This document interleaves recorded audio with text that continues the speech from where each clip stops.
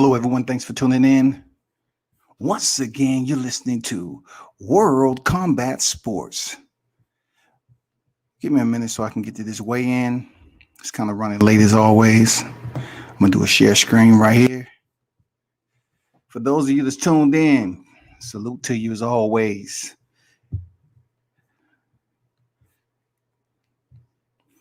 Give me a minute while I try to share this screen. Try to see if they started yet.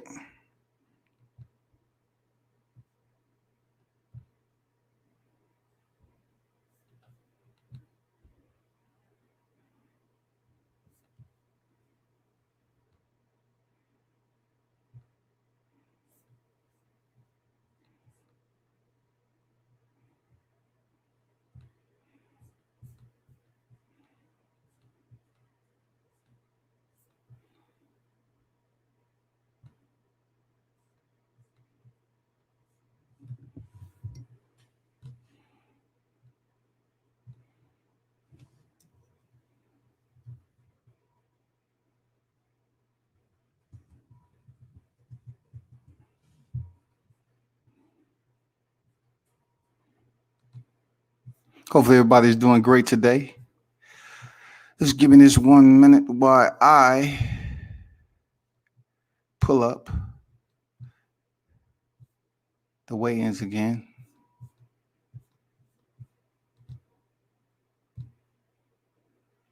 Be sure to check out World Combat Sports tomorrow. We will be active and live. Operation Crawford Brook will be in the building.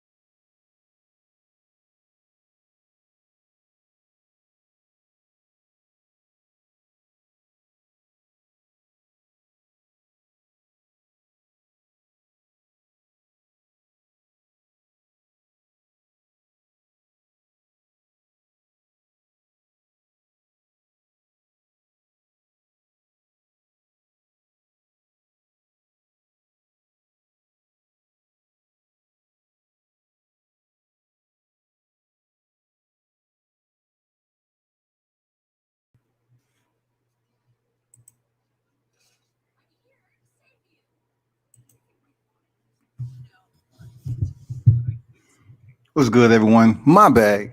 I received a phone call for a fight card that's supposed to do tomorrow. Apologize for that. Sometimes it's like that. Let me try to get this.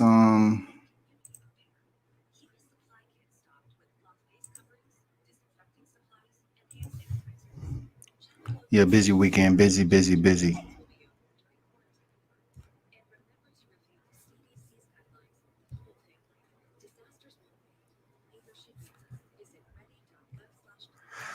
So I'm gonna see what's popping. Appreciate everybody in the building. That guy was good. Stevenson, what's up?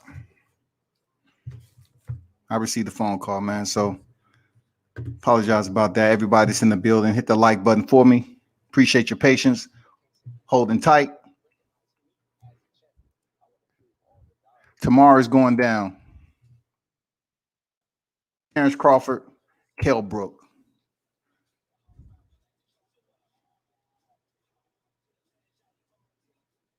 Both of them have the same amount of knockouts. But of course, it's going to come down to Kell Brook redeeming himself from his loss to Errol Spence. Not so much Gennady Golovkin because he fought Errol Spence after Triple G. This is more so the welterweight orientation right here. Because Brook haven't been to the welterweight weight limit in a while. He haven't been down there to compete. So he's coming back. He's returning. He's trying to prove that he still has some Wall Street in the sport. And that's what it's all about right there. Will he be able to get it done is the question.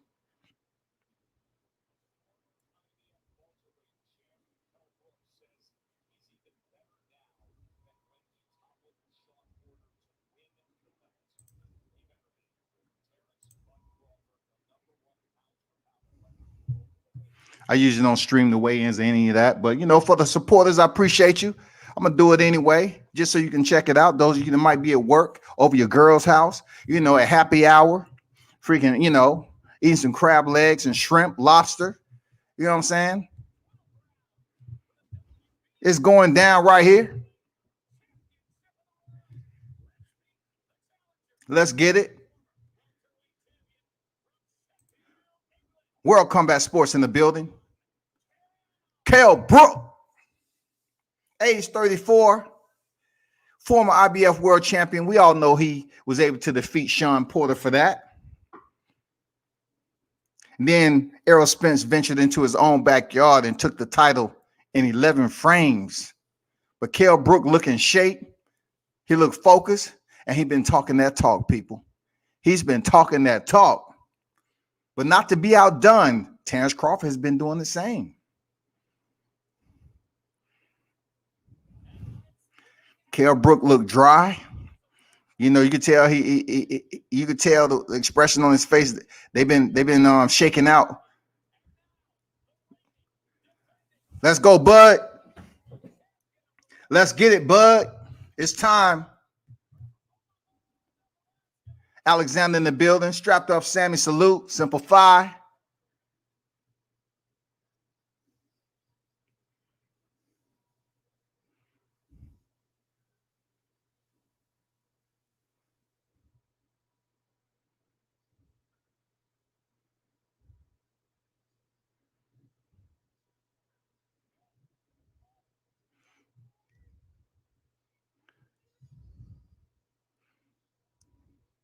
Terence Crawford taking his time like, man, I've been here.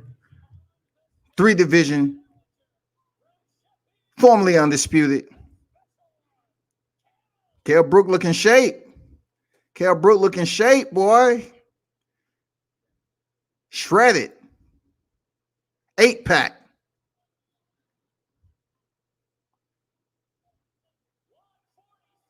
147 shredded to the bone is Kell Brook. Striations everywhere. Dude is ready for battle. Dude is ready. Kell Brook is ready, y'all. Shit, he ain't playing around. That dude shredded to the bone. Dried up like a statue, chiseled. Terence in shape. The champ is here. The champ is here.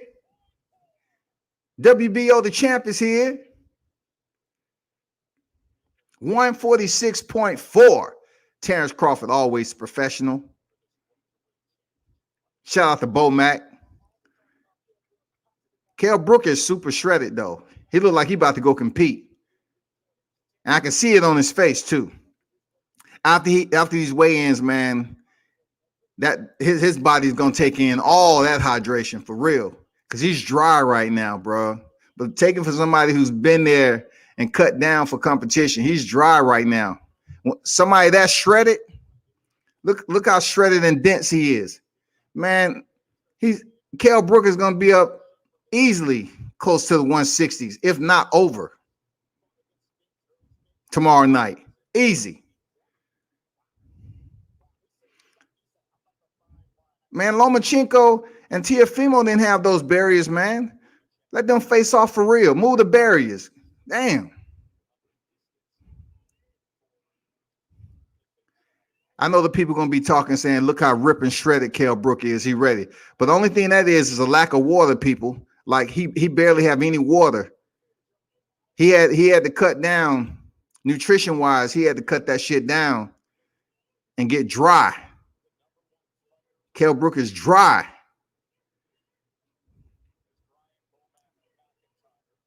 Bo Mac with the belt. Look at Kell Brook's eyes, y'all. Look how red his eyes is. He's dry. Look at Crawford. Crawford used to this weight. I'm telling you, man. I'm telling you. Kell Brook's eyes are red. Take it to somebody who know, man. That dude is super dry right now. He's miserable. When your eyes look like you about to cry, like you've been crying, he's dry. So I hope he's able to hydrate properly, but I'm telling you, that's a telltale sign. Real talk. Kell Brook coming in like he about to compete. That means he's been depleting water for quite some time. I mean, to come in that dense, super dense, man. Look at his back. That dude is super dry, y'all. Terence Crawford, he's right where he need to be. I mean, this is his weight. Kell Brook coming down from 154. He cut a different way, man. But we'll see tomorrow. I'm not downplaying the fight. Kell Brook 39-2, 27 knockouts. Terence Crawford 36-0, 27 knockouts. I wish they'd move that. See, even Terence Crawford giving him shine for the abs. He's trying to say he got abs, but he's looking at how dry and in shape Kell Brook is. He's like, damn, that motherfucker ready. He's ready. He came in shape. Terence Crawford in shape too now. Both of these guys look good for tomorrow night. They ready. 147 welterweight division. And the card ain't bad. Goldsmith in the building. What's good? Sir Ken, what's good? Terence Crawford TKO. What round? What round, man? What round? Give me a round now. What round we talking about? Goldsmith say this fight will be one of the greatest. I'm telling you, man. This is going to be a sleeper.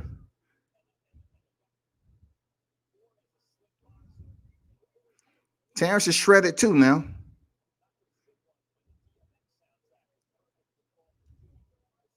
But I'm looking at Kell Brook's eyes, man. He's dry.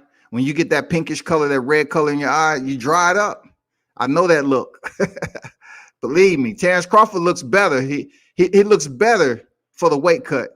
Kell Brook, his team is like, okay, let's go. Time to hydrate. Time to eat. Let's get down to business.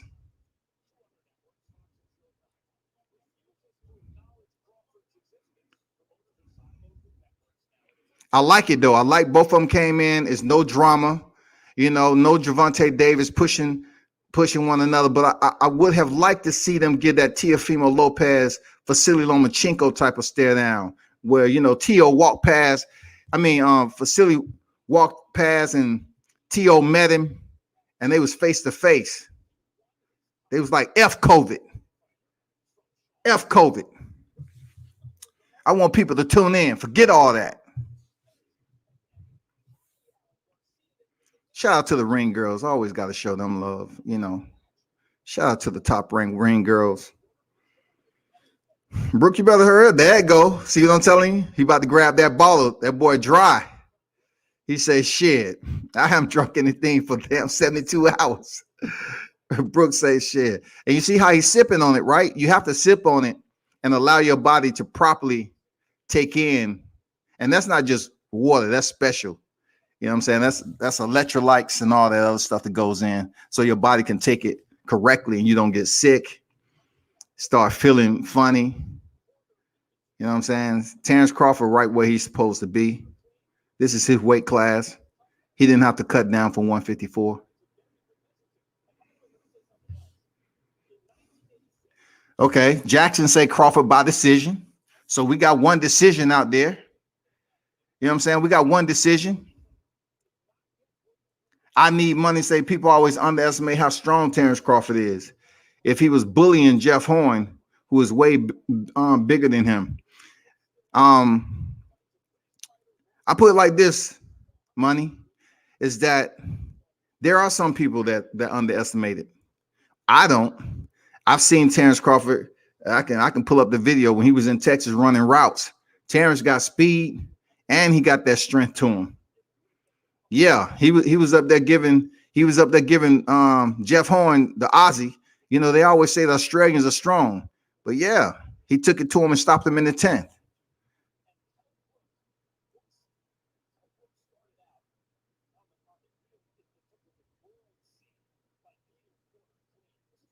So Max Kellerman is giving his post weigh in. Money Brown TV in the building. Make sure you follow him, subscribe, check out Money Brown TV. Money to God in the building. Salute to you.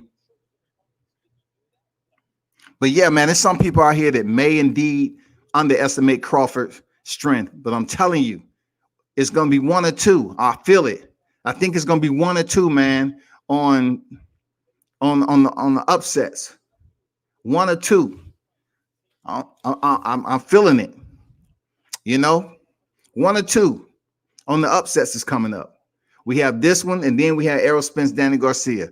I just say I might be wrong, but I just see one of them being an upset. When I'm right, I ain't trying to be wrong, but sometimes when I'm wrong, I'm definitely right.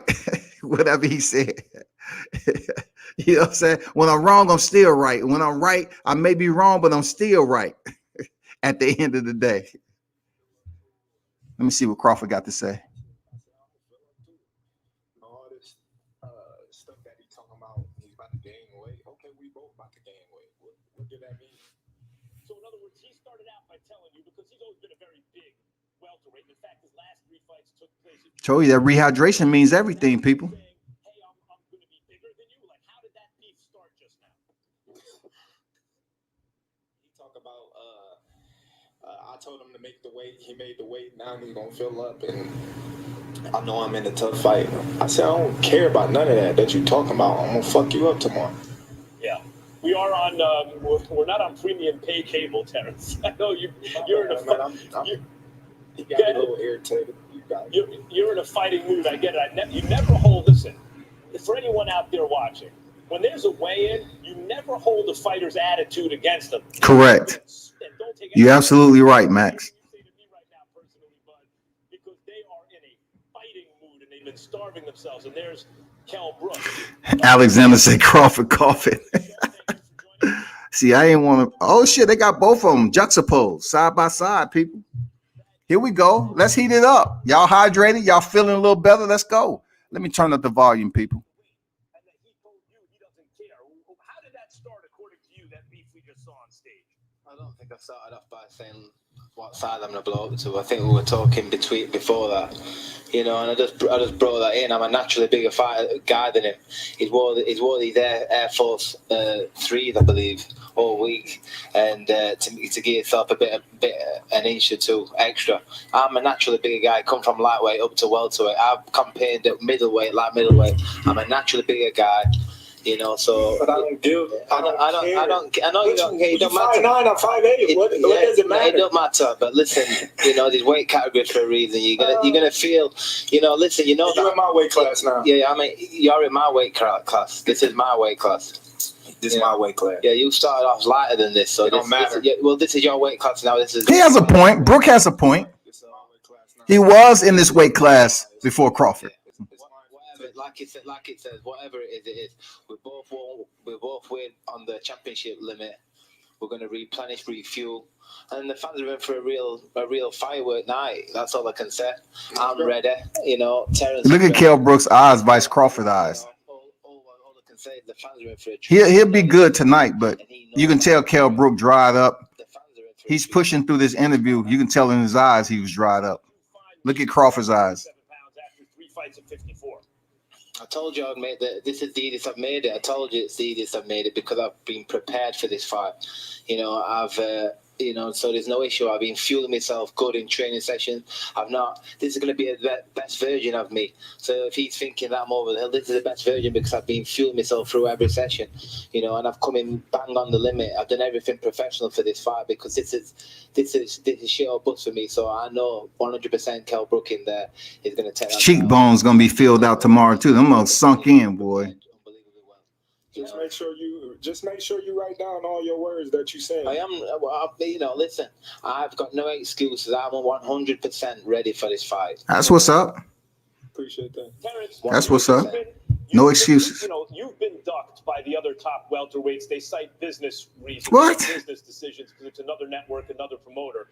But I was just mentioning, Kell Brook has fought 2 of those PBC guys. Mm-hmm. Won. He beat Sean Porter more decisively than Sean Porter's ever been beaten. And he lost to Errol Spence in an excellent fight, and he was very competitive in that fight. He boxed no one like me. He knows he's not boxed no one like me. I've boxed the fight he wants to fight in Errol Spence. I've been in with Golovkin in middleweight. I've been in with these guys. You know, they're saying Terence is the power. They're not me, though. Yeah, they say not you. You think you were with me? I've been in with these guys. Listen. I've seen it before. You haven't been in guys. Yeah, like these are the presses I like, man. I like the side by side, man. So you're gonna be in with a guy like me. I'm gonna be in with you. Like same punch. Errol Spence caught him with, but Errol Spence with a hook, and Kell Brook with a damn jab. Someone like me. You're gonna be tomorrow night. All right, and we're gonna find out. We're gonna find out. Yeah. Terence, but what about that? For all the criticism you get.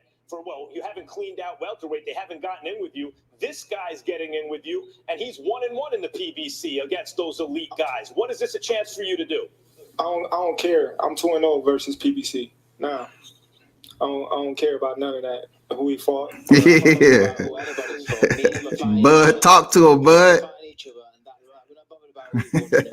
This is a fight with me and him. That's what's happening. Tomorrow, you know, it's going to be a thriller. Definitely. At the lighter weight classes, you were more of a kind of slick boxer. You could switch hit the whole thing. At welterweight, you've been brawling a little bit more, especially in your last fight against. If y'all in the building, hit the like button, man. Be sure to tune in tomorrow. I'll be covering the fight. So be sure to tune in tomorrow and talk it up. Talk about this. It's a sleeper, man. He's going to walk through me. But I guarantee you, once I start laying these hands on him, he's going to think twice. And the fight with Kavaliauskas, that was just something that I just put in my head that I wanted to do. You know, bigger, stronger fighter. You know, I don't know, just something that I just want to do at that time. Terence, you've always impressed me, even from the first time I called your fight against Bradis Prescott, which is when you really burst onto the scene. Even when you were kind of more of a slick boxer, you got a mean streak in you. It's like you not just want to outbox them, you want to bully them, you want to punish them. How are you feeling about Kell Brook right now? What kind of fight do you want to fight against him? Man, it don't matter what type of fight. Bud is a dog. I'm going to win in whatever fight he want to do. So, you know. Both of them drinking, but I'm not sure why Kell Brook's not drinking during this interview. Crawford's smart, man. Kell Brook should be hydrating right now because you can tell in his eyes that dude is dry as hell. I got better boxing banging than him. He don't fight in the inside. Look how drawn in. I mean, he needs to be drinking and hydrating right now. Shit. What kind of fight do you want to make? If Terence Crawford is saying Terence is smart, man. Kell Brook's not even giving his body time to start rehydrating right now. Whatever he wants to do, I'm ready for. I'm ready for anything. Trust me, I've put myself through it, and I'm ready for whatever Terence is going to bring tomorrow night. Hold on, Dan. Neither one of you guys wants to dictate what fight it's going to be? You're going to leave it up to the other guy? What kind of fight do you guys want to fight? Well, you have to come in with a game plan. You're both versatile, but you must have studied each other and thought, yep, I'm either going to bring it to him or I'm going to do something. Who wants to dictate this fight? You're going to find out tomorrow night. You know, we don't need to tell you what kind of game plan we've got. He's got one, I've got one. You know, you're all going to see what you need to be sipping on water, that Kell Brook. Them sunken in cheekbones of yours. You need to be hydrating right now so we can get a damn good thriller, like you said. I ain't got nothing to say no more. You got nothing. Well, I like how Terence Crawford moved, man. I'm telling you, he ain't got nothing to say. My thing is, you know, We always say we don't have nothing to say. Then we say something. You know, he know what he up against tomorrow. You know, he know that this is one of the toughest fights, if not the toughest fight of his career. You know, I don't believe that he's been in the ring with a fighter like me before. Is it the toughest fight of your career, champ? Because is it? Do you think it is? When you look at Kell Brook, do you think it's the biggest challenge in my professional career? When they put these, it does, yeah. When they put these challengers up against me, they always say the toughest fight of my career. So I don't know. But you know, you can see in my eyes that this is going to be your toughest fight. Your eyes, you know, both of your eyes is messed up. How am I seeing your eyes? Oh wow! Shots fired. You know that. You will know where that bell rings. Well, we shall see. Shots fired. Well, we shall see. Kel, he's referring to the fact that against Golovkin, you had one side. I know what you're referring to. Kell Brook ain't in a good mood. He said, "Shut the hell up, Max." I know what the hell he's referring to. See, Max is an instigator, just like Ariel Helwani and all these cats out here on the main platform. They got to do it. I don't know why y'all mad on social media, man. These cats are instigators, man. Crawford, who's on my list, the best pound-for-pound fighter in the world, not just put up a good fight, but come away with a win. We're gonna see, aren't we? I'm gonna fight my heart out tomorrow. I think that's gonna be enough. Correct, HOD. Correct. That's all I can say. It's already written. It's already written what's gonna happen. I've put myself through it in training. You know, so and tomorrow he'll be 152 plus. Easy. 152. He's gonna be 160. Easy. There's no rehydration clause. Easy. I don't know. I'm getting more and more, you know, relaxed. I feel good. See. And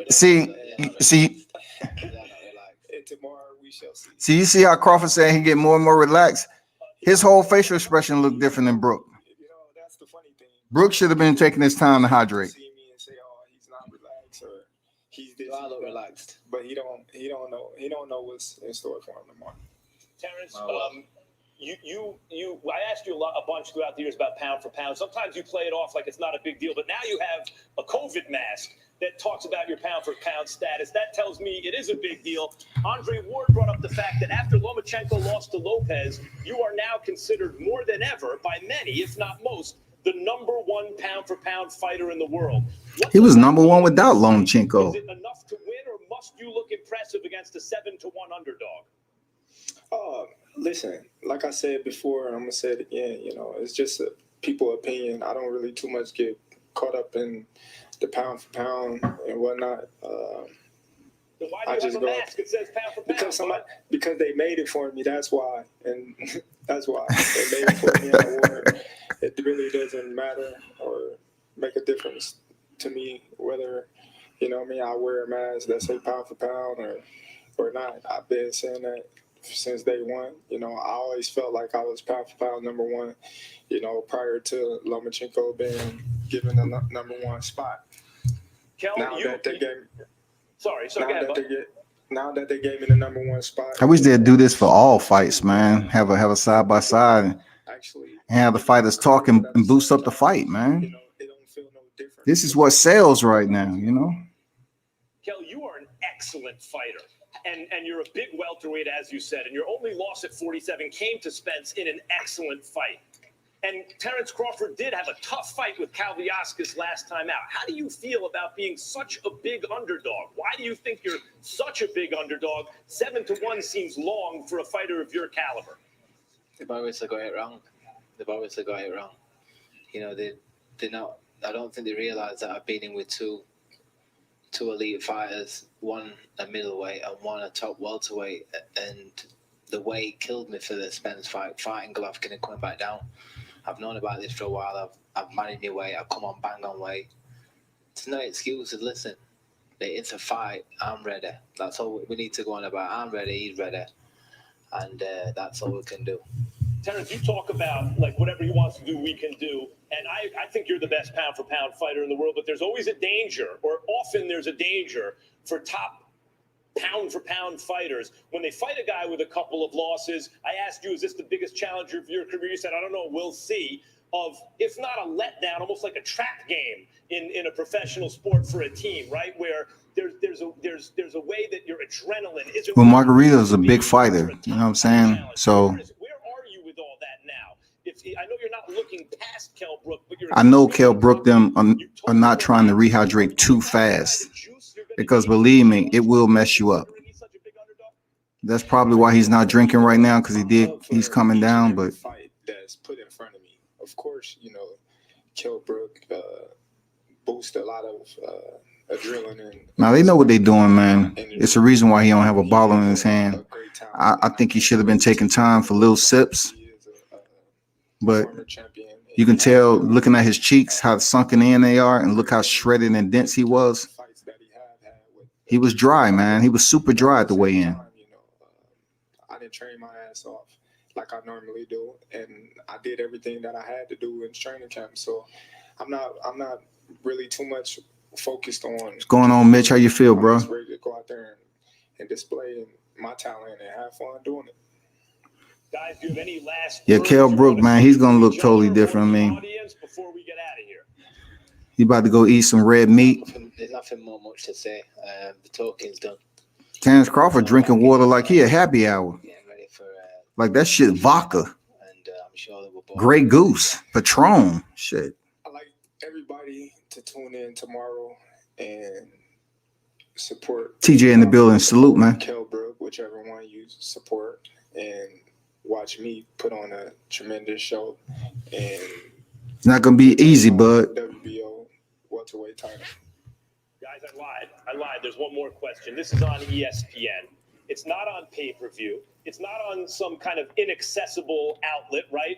Or distribution service. This is, you turn on ESPN, where you watch SportsCenter, where you watch Monday Night Football, and you're going to get the welterweight title fight. What kind of fight do we tell fans to expect tomorrow night? Expect fireworks. Expect masterclass ringcraft. You know, spy. You're gonna see everything you need to see in a fight like this. You know, so you've got it all. They're gonna see it live. Oh, you know that.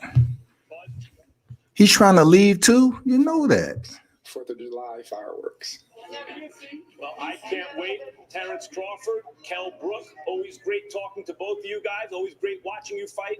Cannot wait. You know, Bob Arum always trying to freaking navigate himself through the motherfucking back trenches of the swamp. He always have a plan. Next, it's your turn to ask me questions. Ask me anything. This is Max on Boxing.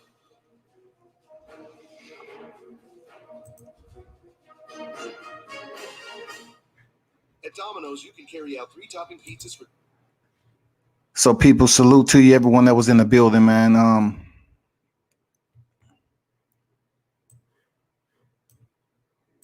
That was the weigh-ins. And my take on the weigh-ins, right? Like I said, for the Errol Spence and Danny Garcia and, you know, Terence Crawford, Kell Brook, I don't think it's going 2-0 as for the champions. It's just something giving me that feeling. But Kell Brook looked great at the weigh-ins. Terence Crawford looked great. Both of these fighters came in professionally and made the weight, the 147 limit. How they perform in the ring, that's what we all want to see. We want to see the thriller, just like freaking Kell Brook said. My only point is looking at how dry he was, and I can tell he's been off water for quite some time. He was super duper dry to make this freaking weight. He's taking his time with hydrating. See, Terence Crawford was close. This is his weight class. He was close, so he was up there down in water like it was nothing. But for the body of Kell Brook, he has to take time for his body to rehydrate. He just can't pound water like that, as we call it. Just take it to the head, because his body will rehydrate and it will work the opposite of what he wants to. He wants to feel good. So he wants to give his body to take time to start, rehydrating, replenishing his body that's super dry.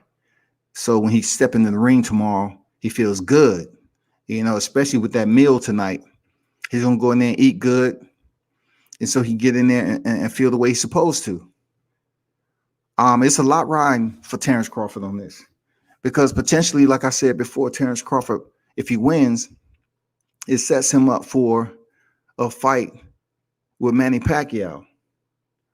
Seriously, it sets him up to be able to navigate himself over to Manny Pacquiao, which a lot of people are hoping he pick up that WBA belt. Now, you'd be selfish to say, well, Errol Spence, defeat Danny Garcia. It's not a given.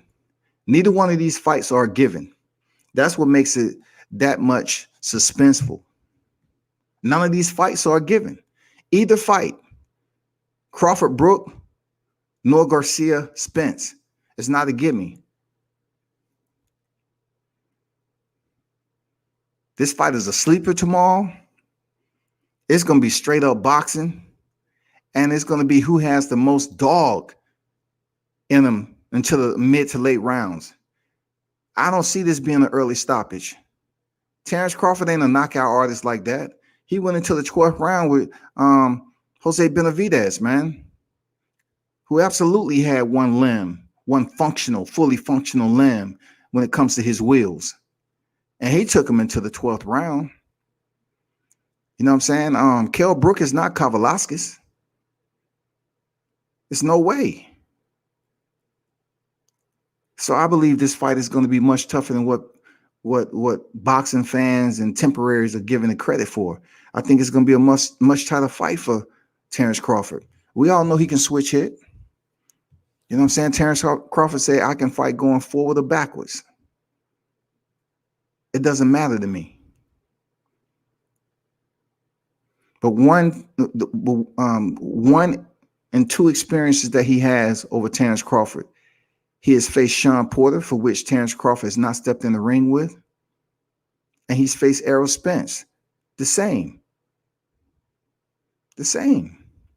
He's faced two freaking welterweights. He's 1-1.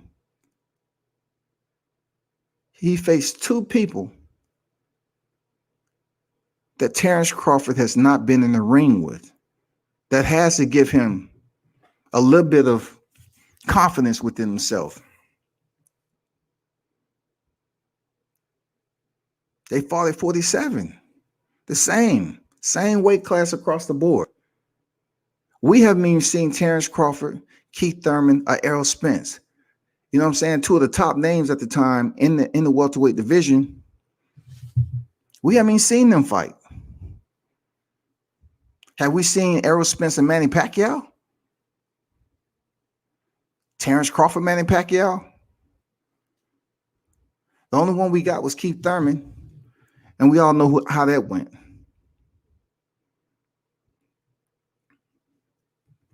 No problem, LCD. Thanks for dropping in, man. Be sure y'all stop back in, pull up tomorrow. It's going to be on and popping. I usually don't stream the video because, YouTube, but I did for the supporters. I'm not on here to make a living. You know what I'm saying? But, so I was giving the viewership to the boxing fans that's out there so you can tune in to World Combat Sports. And, pull up, man. Hit the like button. Keep coming, revisiting the channel. For those of you boxing fans or MMA fans, keep pulling up. You know what it is. Alexander. Max is like, tell me your strategy. Started round one. Yeah, man, Alexander, that's some damn BS, ain't it? As long as Max been in the game, he just be on some bullshit, don't he? Max know goddamn well, why are you going to sit up here and tell your strategy to two guys who are rehydrating? They're in the first 5 to 10 minutes of their rehydration, and you want them to give you the plan. Just tell the fight fans. So, how does this play out, fellas? How does this play out? Kell Brook, do you make it to 5, or does Terence Crawford stop you before that? I'm just curious. And for Terence Crawford, if he does come in big, what's your strategy to combat that? You think you're going to have to use more defense, or you're going to have to go to the body, or are you just going to switch stands and kind of give him different looks? What are you going to do, Crawford? Man, come on, Max. Do better, bro. It's 60-40 to Crawford. Yeah, man, I'm telling you, if that's your prediction as far as, who wins, in my opinion, it's a 50-50 fight. It's a 50-50 fight. Like I told you, Kell Brook, man, you can't exclude the fact that he's been here before. He made a good point. You have to give him that. Crawford said this was my division. And, I understand Crawford saying I'm currently the reigning defending WBO world champion. I understand where Crawford is going with it. But who was here before you? So if somebody visits a division before you, not only that, they pick up a chip, then they can actually say, okay, really, I've been here, done that already. You know what I'm saying? I've been here, done that. Only chance Brook has is size and power. That's a huge combination to have right there. Size and power. And you say that's the only chance? That's a big chance. You know what I'm saying? That's big. And we already know, we've seen Kell Brook take punishment. So he's not new to the punishment game. I mean, it fucked up both of his eyes, left and right. He had to go, get surgery on him. I mean, he knows what the pain feel like.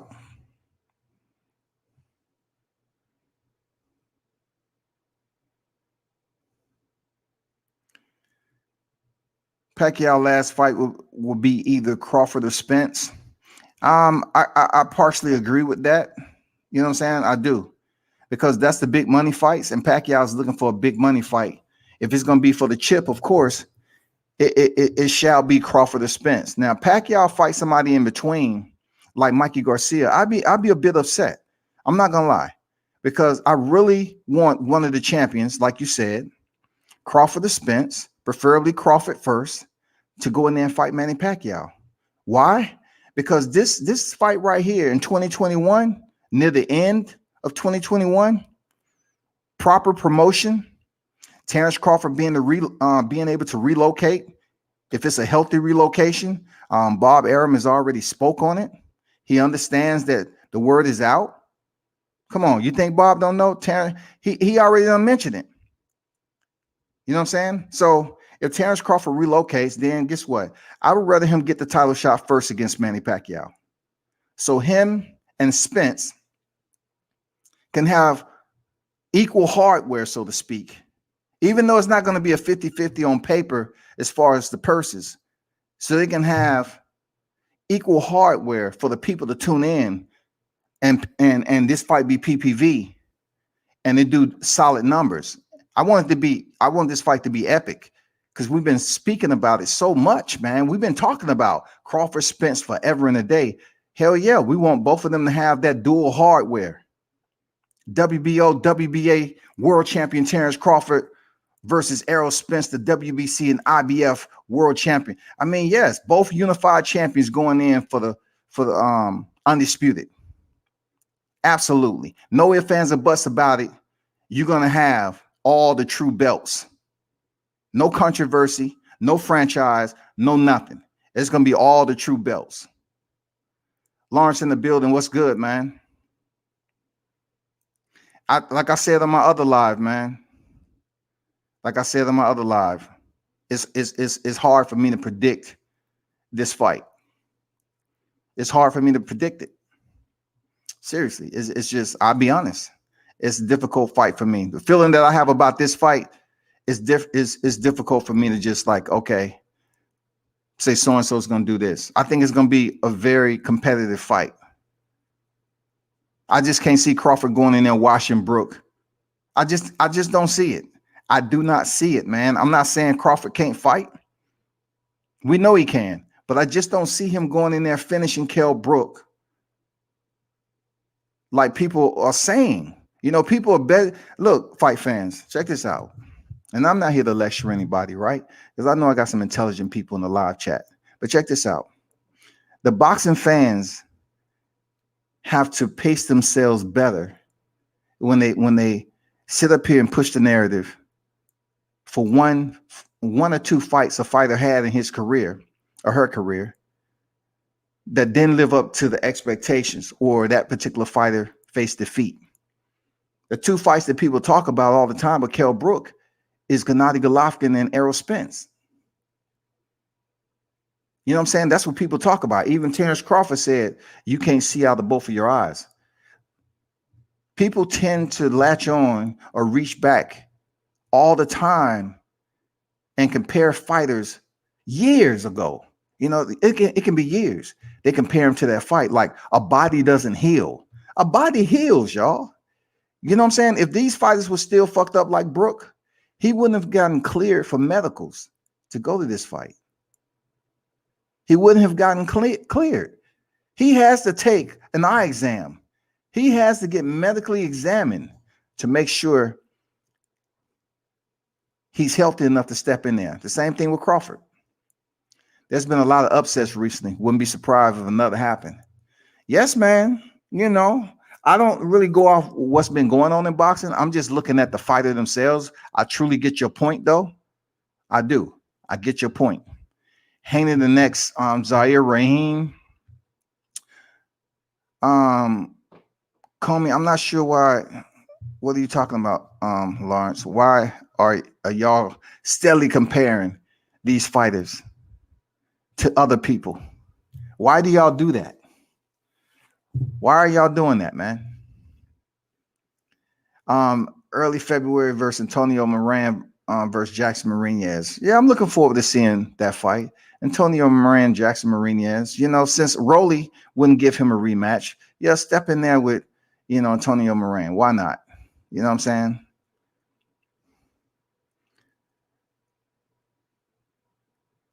I'm not sure why y'all keep, you know, comparing these fighters to other people. If I was a fighter, to be honest, if I was a fighter and people kept comparing me to other fighters instead of what I possess as a fighter, if I have the skills that I possess, well, just say that, you know, you appreciate and admire the way I go into the ring and compete as a boxer. You appreciate my skill set. You know what I'm saying? I'm well polished. And, you know, when it comes to the sweet signs, you like to see a fighter go in there and perform. But it's too much. It's too much attachment to so-and-so's like Floyd Mayweather. Now, you know, they want to drop on the live chat, Zaire Rahim. I mean, why? Why y'all doing Haney like that? I mean, Rolly really doesn't owe Jackson Marinez anything. It's really up to if he was that guy. To be honest, if Rolly Romero was that guy that felt confident about going back in there with Jackson Marinez, he would have did it already. But his first words was he's not giving them a rematch. Now, I don't like talking about certain things that I see off topic, offline when I'm in the field covering these fights. But obviously, Rolly Romero heard my video when I came out and said Rolly in a robbery. Because when he stepped into the hotel, I peeped him out and I said, hey, Rolly, can I get that right quick? You know, can I get an interview right quick? He said, nah. I got to check in and blah, blah, blah. I said, okay. So he was around some people that I was with. So when I walked up, they said, hey, come over here. Hey, WCS, come over here. You know who this guy is? They didn't know I knew Rolly. So they walked up. He said, come get in the picture. This is no cap. He said, you know this guy? So Rolly had his back turned. He turned around. He said, Rolly, you know him? I said, yeah, I know him. You know, he's cool. I didn't even say anything that, you know, Rolly didn't want to give me an interview or whatever. Rolly just looked up and he did take a picture with me. You know what I'm saying? No, I mean, I don't get petty like that. He did take a pic, but it was the fact that, you know, I felt that he felt some type of way. I know he probably saw it. Rolly, Rolly, Rolly in a robbery. Anyway, lost with a Rolly owes Jackson rematch. Dude say Brook fought a middleweight, so that could be to his advantage with the power. True. He's been up. People criticize him, Eddie Hearns, everybody. You know, they talk so bad about freaking Brook, you know, not paying attention to his team, being solo, being a loup-garou right now, a werewolf. He's all by his lonesome. You know what I'm saying? Being the outcast, so to speak. Look, boxing is a lonely sport.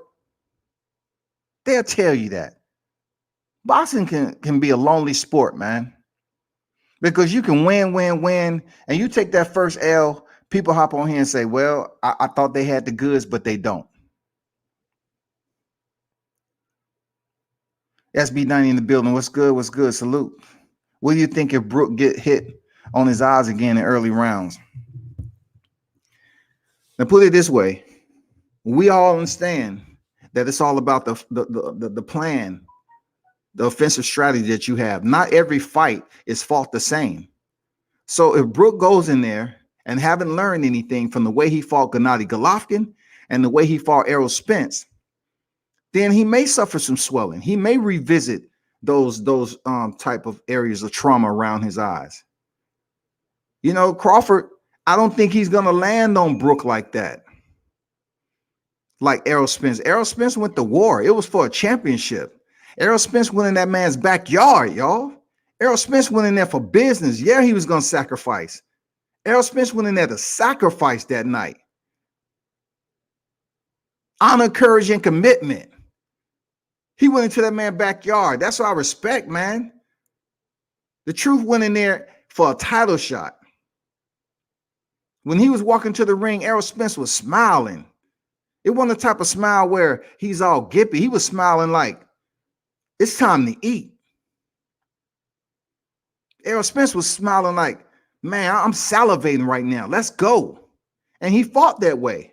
He couldn't look. Errol Spence wouldn't be denied. You know what I'm saying? Errol Spence, he wouldn't be denied that night, man. He wouldn't be denied. He fought a damn competitive fight. So if Kell Brook want to go in here with Terence Crawford, he has to move his head. He has to be defensively sound. He can't go in there and stay on center with a boxer like Crawford and expect not to get hit. If Kell Brook truly understands the surgeries that he's been a part of, then it goes without saying. You know what I mean? Hold on for a minute.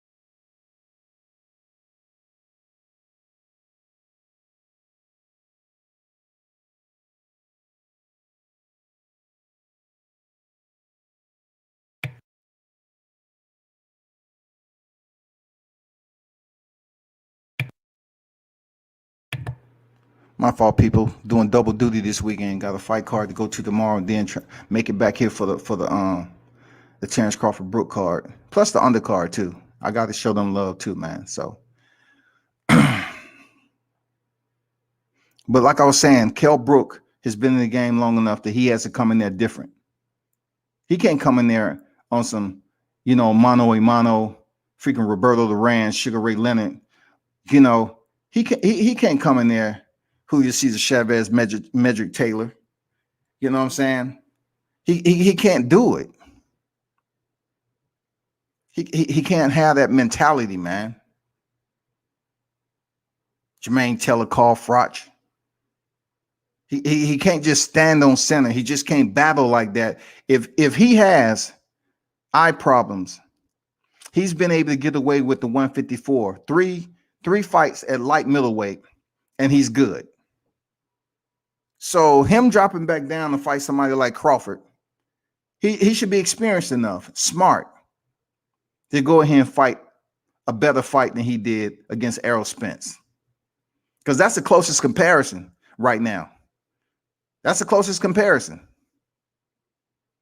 The reason why I'm saying that is Mikey Garcia, he pretty much went in there and went 12 rounds with Errol Spence, and he moved up 2 weight divisions.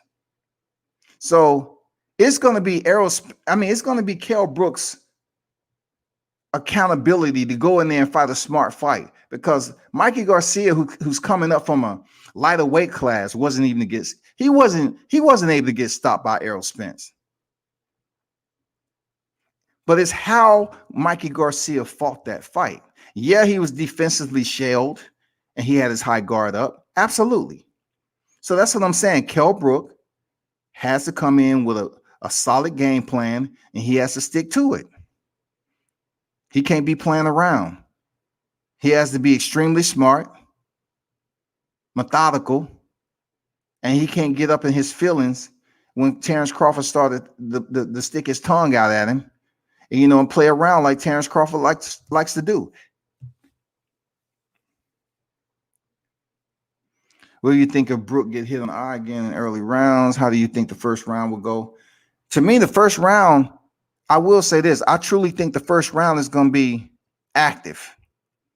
I don't think with these two, I don't think it's going to be a filling out process. Real talk. I don't think it's going to be that type of fight. Seriously. I think it's going to be action from the opening bell with these two, and it's going to be on. It's going to be on. Because the one person that's so-called revisiting the division is Kell Brook. He's been a champion here already. It's not like he came to the division and Errol Spence beat him, and Errol Spence is already the IBF champion. No, Kell Brook was the champion.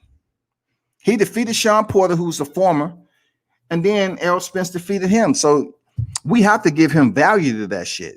And we have to, bro. We have to give him credit. Experience is everything. I don't see Terence Crawford. Look, I just don't see Terence Crawford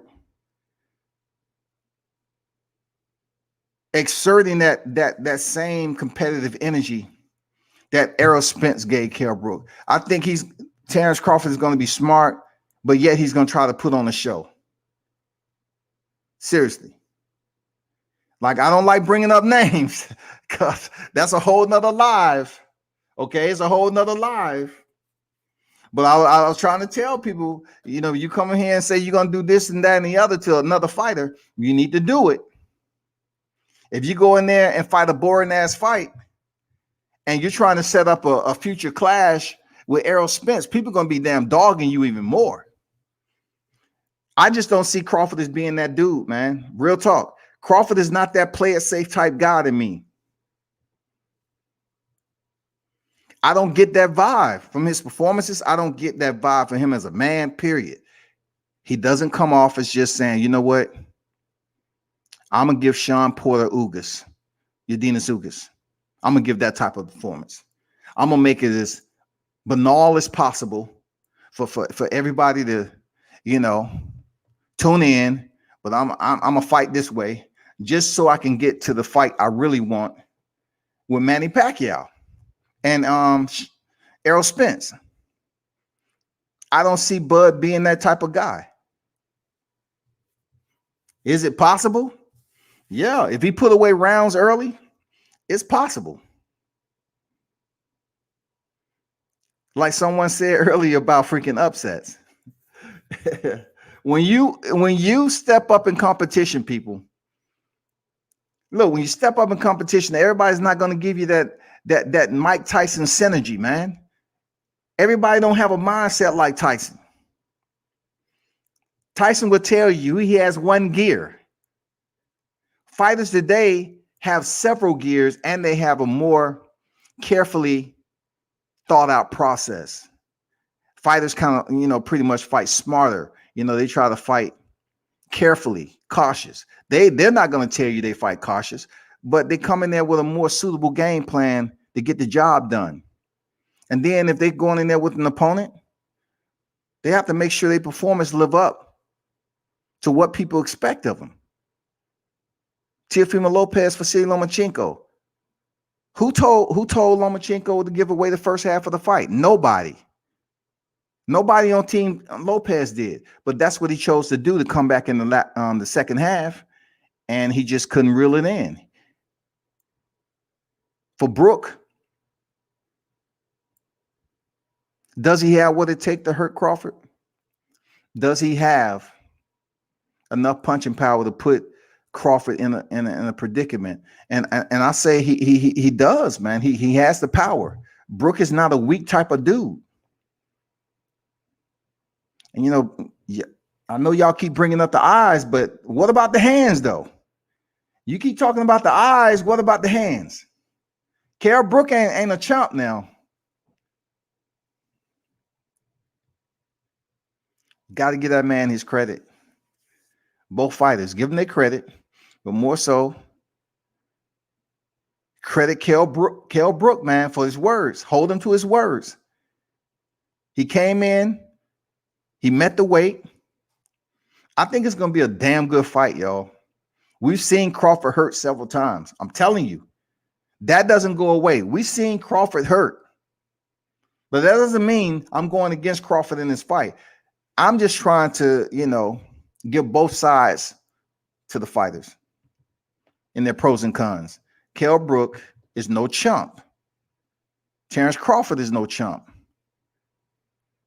But if you think Terence Crawford is going to go ahead and beat on Kell Brook tomorrow, if he's going to have that same Errol Spence mentality, they don't fight the same. So you shouldn't expect that. Terence Crawford is a boxer. That's why he's been able to travel the way he has, and he sits atop the pound for pound, because he does have that astute boxing, cachet, where he can switch, from orthodox to southpaw, whatever he chooses.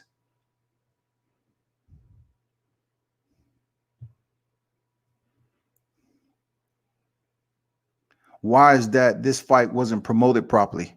Whenever it comes to Terence Crawford, a lot of his fights isn't promoted properly. Terence Crawford is not the most approachable guy. He doesn't really show love to the media. And I really couldn't tell you what's going on behind the scenes with his team, and his team with the promotion. I couldn't tell you. Some fighters get promoted, over above and beyond. And some fighters like Terence Crawford barely get promoted. We've seen that already. We've seen the fights with Terence Crawford. Man, you don't hear shit about it to the last minute. Nothing. That's just the way it is. Shout out to Line Killer in the building, man. What's good?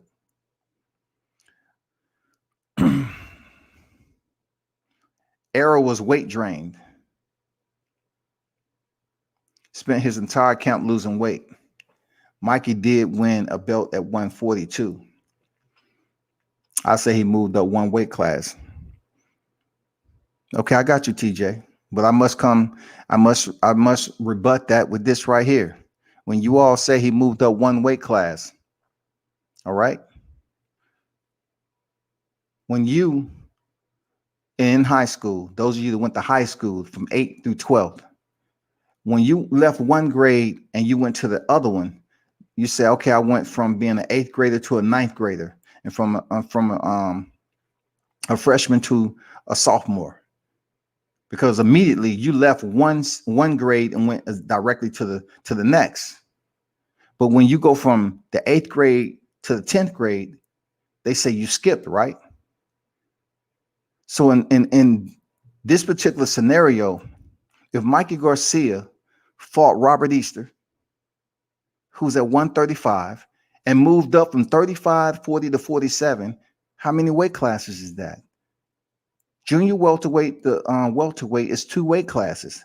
You can't factor in the fight that he had with Sergey Lipinets and then vacating a title If he would have vacated the title and then moved up to fight Spence, then we have we have a true confirmation right there. We have an absolute true confirmation, but that wasn't the case. That was not the case. If Mikey Garcia would have chose to move down to 130 and then move all the way back, say, you know what, I'm going back up to fight Errol Spence, and he just had a fight at 130. So what you gonna say? Since he had a fight at 140 previously, he's moving up one weight class? No, you're gonna say he moved up 3. I feel like people are not going to give Test crap in this respect when he beats Kell Brook. Why wouldn't they give him his credit? Boxing fans need to understand you cannot continue to fly back and look at the Gennady Golovkin fight and then continue to hold Kell Brook accountable for taking punishment. Look back on fighters who took punishment back in the day that was bleeding. And then they may have had success later on in their career at a point where they either picked up a championship or fought some bigger names. Why are we in the era right now where people just want to say, okay, let me revisit this particular fight because so-and-so is facing Terence Crawford?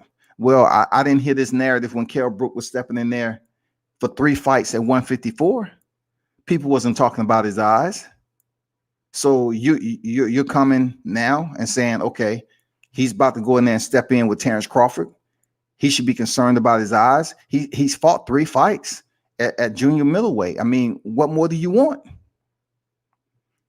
What more do you want, people? Y'all cannot continue to. He had surgery for that too. Sugar Ray, what did he do? Talk to me. Sugar Ray Leonard left the sport in '84, right? He comes back and fight a higher weight class, and the man, and people want to not look at the situation like, okay, his eye was messed up. Well, they saying the same thing. Oh, Sugar Ray, don't go in there and fight Marvelous Marvin Hagler. Don't do it. Don't do it, Sugar Ray. You've been out the sport for so long because of your eye. But Sugar Ray was up there at his fight. He's in the crowd looking and say, hey, you know what? I can beat him. This man has been out the sport since '84. He comes back and takes on Marvelous Marvin Hagler and beats him. And people say, well, Hagler threw the fight. He fought the wrong fight. You know, it's all this, that, and the other. You know, people's just going in this, just basically saying, hey, we want to find every excuse in the back book. But look, they got to go through eye exams. They have to go through medicals. They have to do all that shit, y'all. So if his eye was too fucked up, they would say no. Say, for instance, again, Israel Vasquez. He came back to fight without being absolutely healed because there was a lot of money on the line and he wanted to make that money. And his eye was still fucked up because he was in some battles. Check him out. Check out Israel Vasquez, right? That same eye, he ended up losing once he quit the sport. It was so fucked up. That was different because Vasquez came back too early. You know, boxing is not one of those sports where you compete for 15 years and you get into retirement. You can compete for 15 years and take punishment. And when it's time for you to go, whatever money that you have accumulated, or if you have some assets, businesses, something like that, that you can live off of that's bringing in a residual income, then you're good. But besides that, boxing doesn't have a retirement plan. We know that.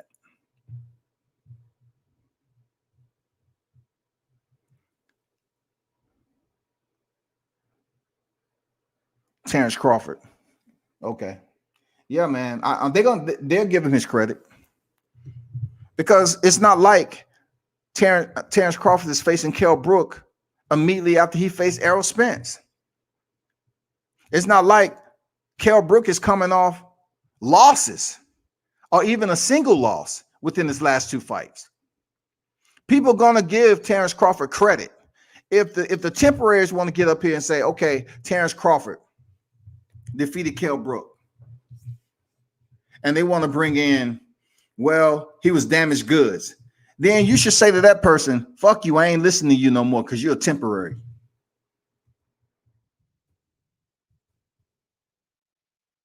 I'm serious.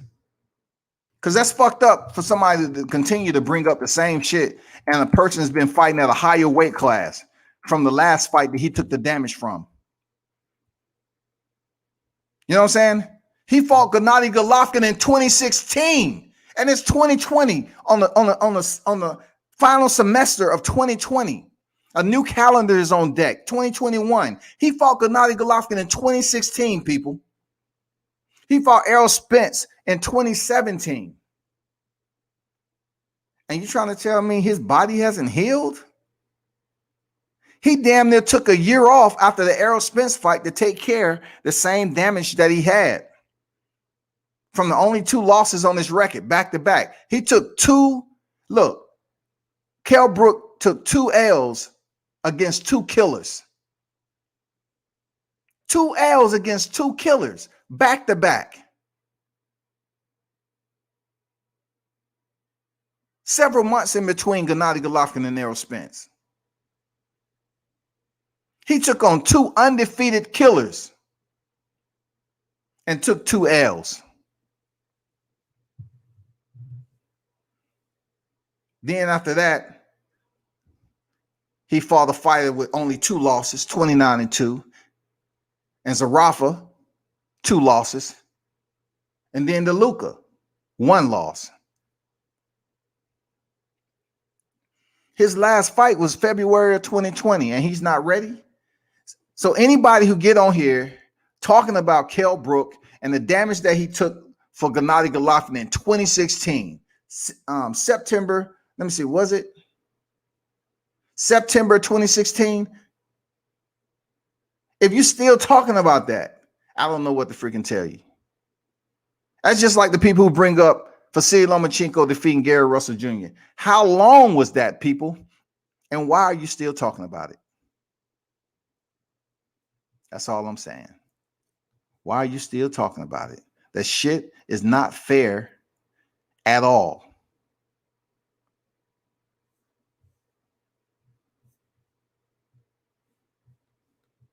Seriously, it's not fair, man.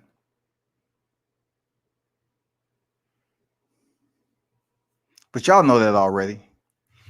You know, it's good for whatever boxing talk people want to talk about. But when it comes down to, you know, the time in between his toughest fights with Triple G and Errol Spence, he's had ample amount of time outside of the sport. His last fight was February this year.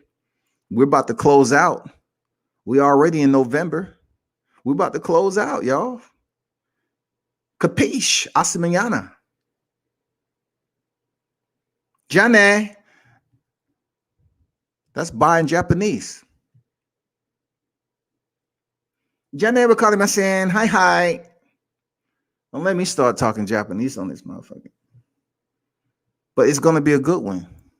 I truly believe it. I think it's going to be people are sleeping on it. And, you know, stop back in, man. Pull up. It's going to be a nice one. You know, matter of fact,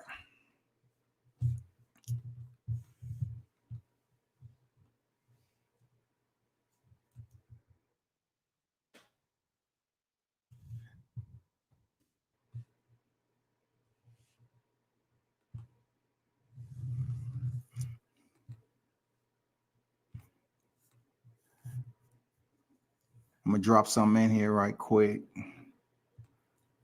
The undercard isn't that bad, man. You know, the undercard isn't that bad, for real.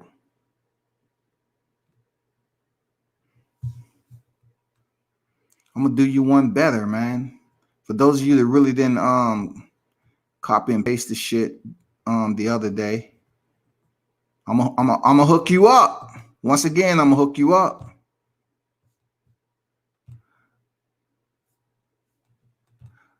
I'm gonna drop the info back in there for you, fight fans, so you can kind of get an understanding of what we're looking at for tomorrow. Absolutely.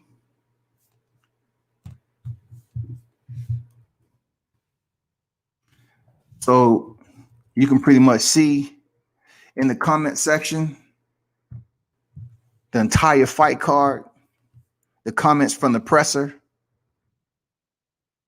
Right now is showing what time the fight is going to come on.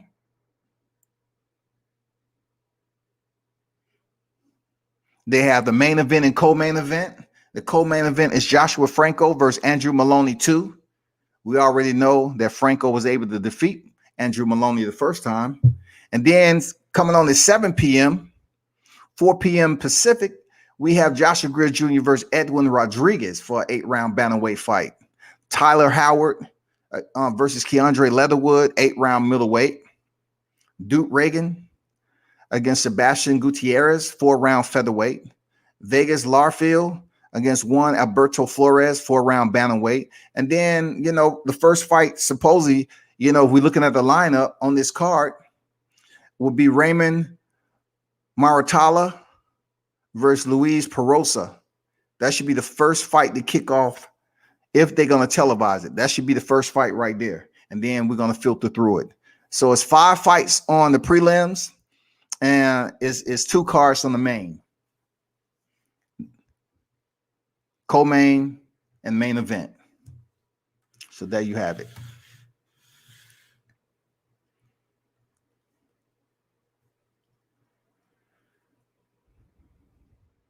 Once again, shout out to Joshua Greer Jr., man. Don't blink. Chicago in the building. Looking forward to seeing you step back in there. Shout out to KeAndrae Leatherwood. It's fighters I've covered before. So absolutely, KeAndrae Leatherwood, man. Salute to you getting another fight. Be patient. Get that victory. Joshua Greer Jr., he's coming off a loss against Mike Plania, the Filipino fighter that had that crazy looking left hook, man, that whipping left hook. And he was able to knock down Greer in the first round and the 6th, I believe. But my guy, man, he didn't make no excuses. He went back to the drawing board. That's what I like about Greer. Goes back to the gym, work harder to come back and get back in position to get that title shot. Before all this pandemic happened, Greer was supposed to face Jason Moloney, but that fight fell through. And he ended up having to fight Mike Plania. This COVID shit, man. I believe Greer would have did better against, Jason Moloney instead of Mike Plania. Plania was this awkward fighter. But Greer came in, he came on. He had a respectable surge, man. He just said, fuck it. He did what Crawford did with Kowalski. He just threw the fight plan out the window and said, let's get it. And he was having success too. Plania was holding on and everything on the latter rounds. So yeah, go get that victory there, Greer. Don't blink, Mr. ESPN. Let's go. Man, y'all make sure y'all check out Greer, man. Stop sleeping on him. The man still has value. He's still a respectable bantamweight, a top bantamweight in the game, man.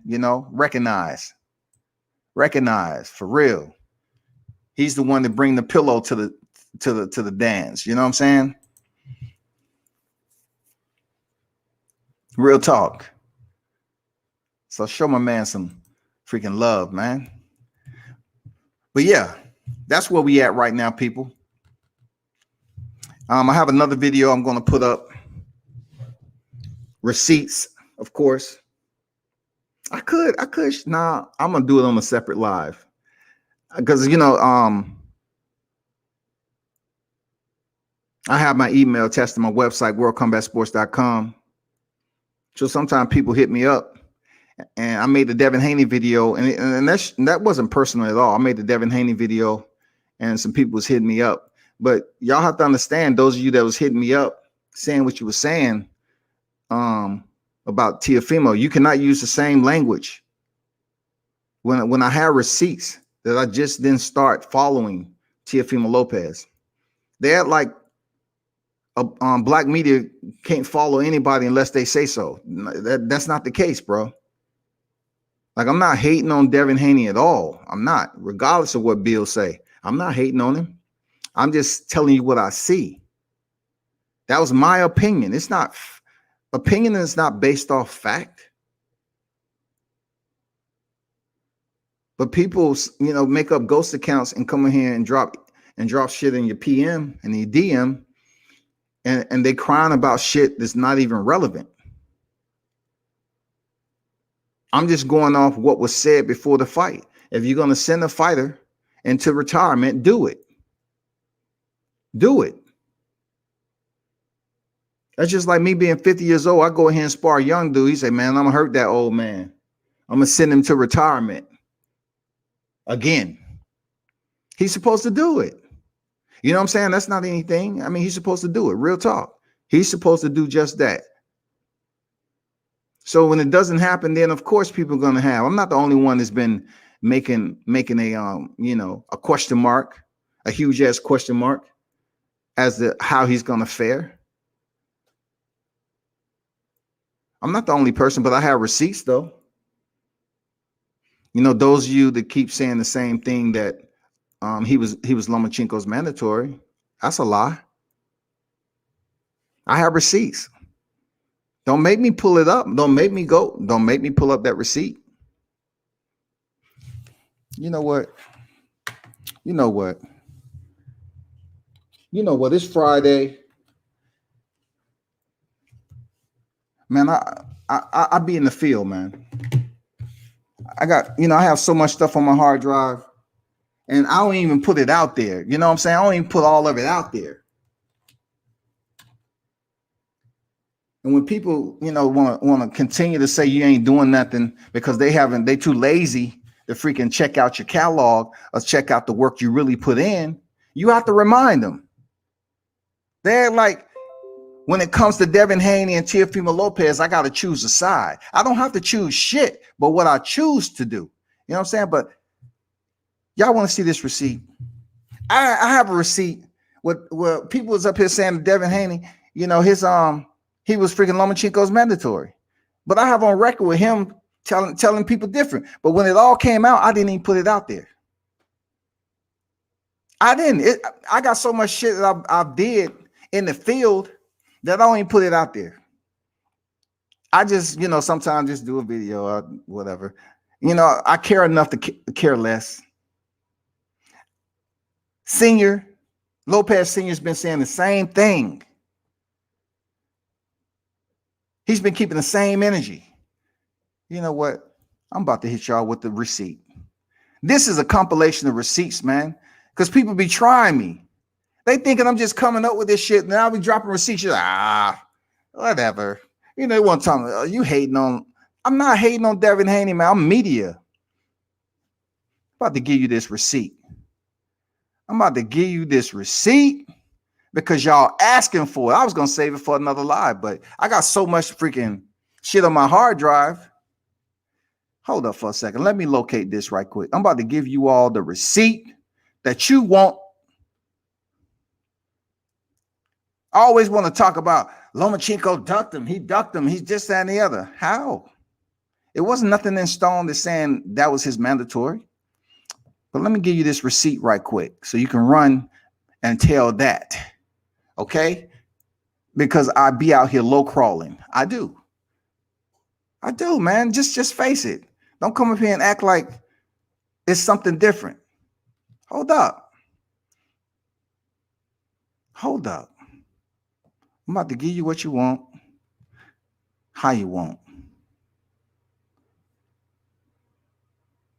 I'm about to give you the receipt that you want.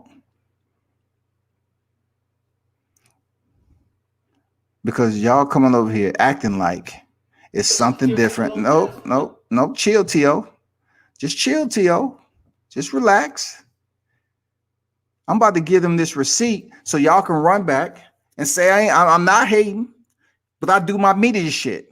I don't jump on here online all the time. But check this out. Let me share screen right quick. For those of you that still tuned in, I appreciate you. For those of you that ran, because you know you up here tuned in, looking in through the window, dropping damn emails and shit when you don't want to face the truth. Let me work this out.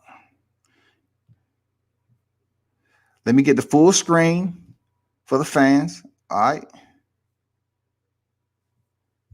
Hold up. I'm about to give you this receipt.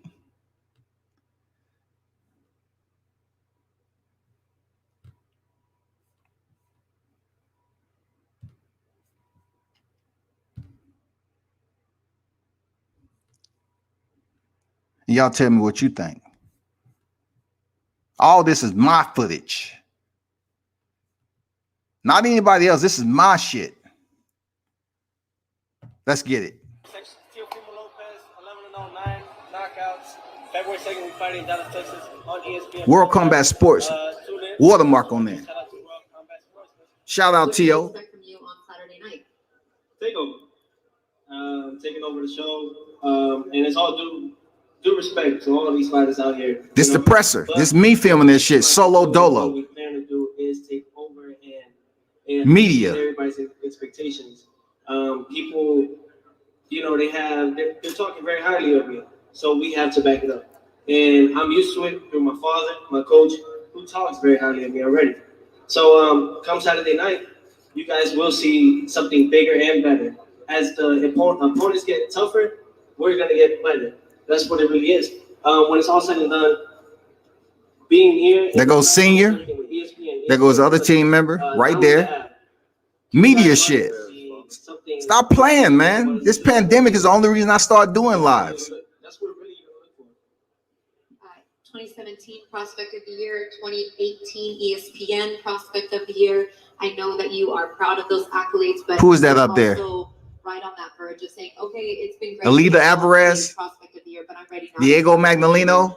Does winning this? That's when Alvarez was the champ. I believe that the fight in December 8th with Mason Menard proved everybody at Sergey Kovalov are that much closer, of course, to a contender. We are contender, right? It doesn't have to be this fight necessarily. To me, I already feel like I'm a champion. The only thing that's not declared. This is before he was a champion. So to me, I don't even consider myself a contender. I consider myself a world champion. But that's with time, and that's with these amount of fights. Talk to him, T.O. Talk to him. They know what they're doing. ESPN knows what they're doing with Teofimo Lopez. And what are we doing? We're bringing entertainment. And when it's all said and done, yes, I'm young, but when I fight, it's not my age. I have all the experience. I've been there with the pros, sparred with the best, and I've beaten the best. But they just want to talk about his sparring with Devin Haney. They have more experience than me. They said it with Mason Menard. They said it with William Silva. And what has happened? Take me to deep waters. It's not going to go your way. We know how to stay composed, and we know how to dictate the fight. Don't think that you have a game plan to beat me, because you do not. You do not. What I just say? Let it be known, champ. Say about that. He himself is 31-2 with 13 KOs. Is a southpaw, the first southpaw that you're going to face in your career. So Diego, being that you have a lot of experience, you've been in 2 world title fights. How can that experience and being on this big stage, help you on Saturday night? Well, that's just it. Top Rank. They built my entire career. You've been there to watch it. Some of the best people in boxing and creators are with Top Rank. I mean, Brad Goodman is matchmaker of the year for a reason. He's gotten that title. So I'm recording with my phone and my freaking camera. My personal experience. And thank Top Rank for building me and putting me in this position. Trench work. You know what I mean? I thank you guys. Stop playing with World Combat Sports, man. I do this. Leading up is gonna win me this fight. Everything I've been through is gonna win. Even the losses that I've had or whatever is only made me stronger. Diego is. This ain't Top Rank shit. This is all my footage. Diego, and he's gonna bring everything he needs to, because I've been in the ring. You guys haven't been seeing me. Maybe the last 2 fights were in Mexico, but I'm moving around a lot because I'm basically recording with 2 devices, a phone and a camera. The phone was recording the audience. I got him ready for 2 fights. Sparring with Adrian I've been Broner. sparring with Broner, who's actually was fun. Sparring Adrian Broner was fun. All the shit he was talking to me mentally helps you raise your game. But it was one of the things that I enjoyed sparring with him. But to break your these are world champions. These are A-class fighters. That's where I belong. You know, it's the reason why they came looking for me for sparring, because they knew. I'm gonna fast forward a little bit. Diego's gonna bring them to sharpen up their skills, and I've been using it towards my advantage. I've been sharpening up my game. I'm sharp as hell.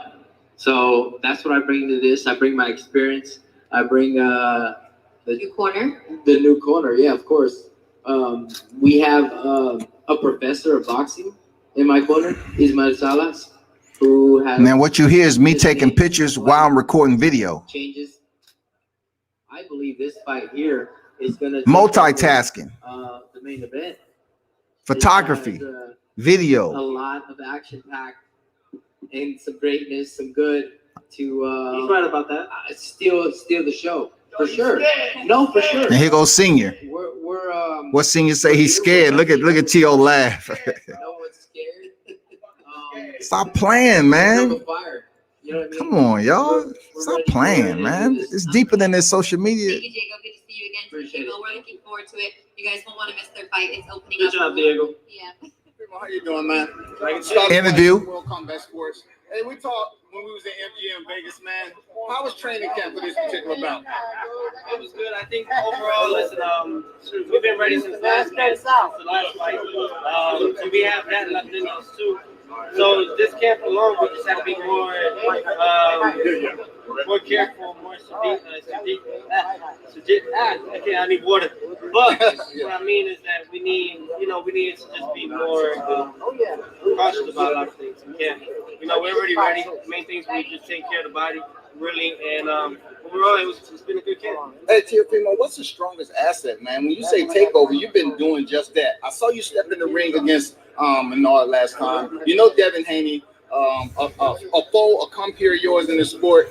It took him 9 rounds to finish, and you went in there and did it face first to the canvas in the first round. Were you trying to make a statement that you are here to take over and they should take you serious? Was that hating? That's media shit.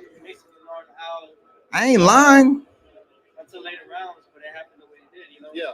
One punch changes the fight, so what am I to say? I just take it. It wasn't to try to prove anything or prove a point with Devin Haney or anything. Yeah. Really, it was just on our own turf. What we do when we set out to do. When it gets to the end, I'm gonna cut the volume because of a song that I have attached to it. Yeah. I don't want to get flagged and shit. So it does show an example that we are ready for bigger and better fights. What is your strongest asset, man? It seems like everything is working out for you. You are taking over. You are making an example. You are sitting up here and putting a division on notice. What's your strongest asset, mentally, physically, or just the whole package, man? The whole package. We're quick, we're strong, we're powerful, we're smart. When you look at it, we know how to box, we know how to bang, but we bang in a smarter way. Yeah. We don't get hit. Hit and not get hit. And you can also do that from the inside, but that comes with confidence. You got to believe in yourself, trust your jab. My whole assets, man, is really we talk the talk and we back it up. We walk the walk. So deep down. See, I put that strongest asset in there twice for a reason, but I clipped it with the other one. So we already won the battle mentally already. Now when it comes physically and everything, and that comes on Saturday. Hey, I like your bravado. First and foremost, Scotty White, World Combat Sports, want to salute you going into this battle. And after you get just cut the clip. What are you looking at? You looking at a top tier opponent, or what can we see? Do you have that in your projected forecast? Right now, it's our main focus. Our main objective is to fight on Saturday against Diego Magdaleno, and then from there, we'll figure it out. What happens from there? I know after this, if everything goes well, no injuries or anything, April 20th, back at New York, Madison Square Garden, my home. That's the next fight, and against who we don't know yet, but it'll be on pay-per-view, so it has to be a good fight. And what do you have to say to the fans that Teofimo? To all the fans, tune in, download the app on the App Store, or the Play Store, ESPN Plus app, and just tune in. Once again, covering Team Teofimo Lopez. About to head over. It's fight night. Apologize for the back and forth, but I was busy multitasking while I was on route.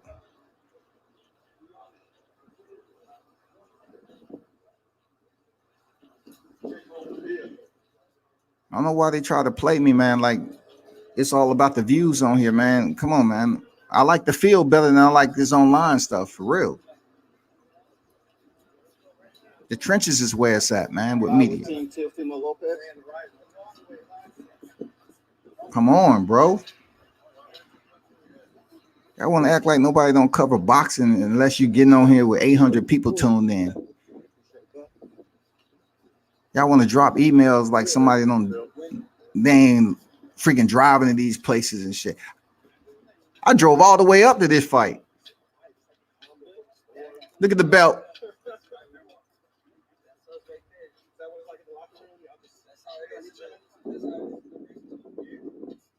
Appreciate everyone for tuning in, man. I'm just giving the receipt, man. Since people dropping emails about watch, it ain't over. Stay close.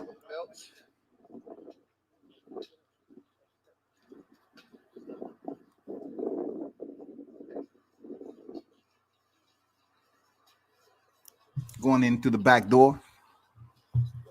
The fighter's entrance.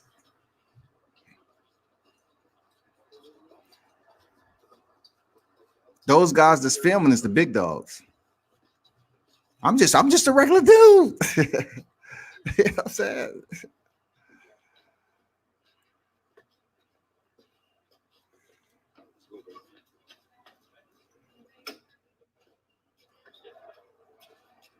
Shout out to Gladden. What's good?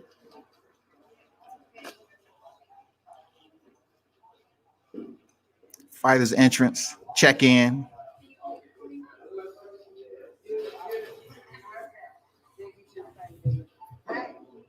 And it's a bandwagon, right?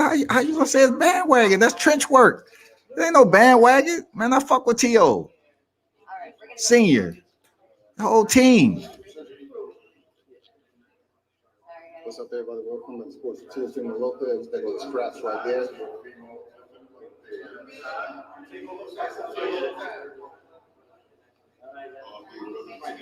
The takeover.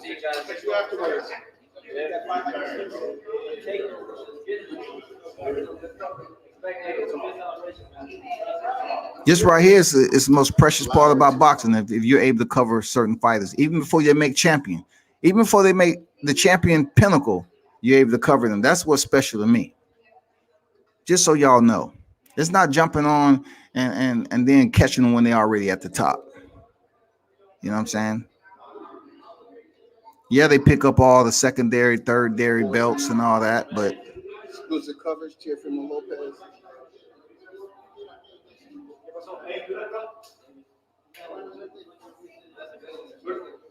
This is the most precious and special part about media.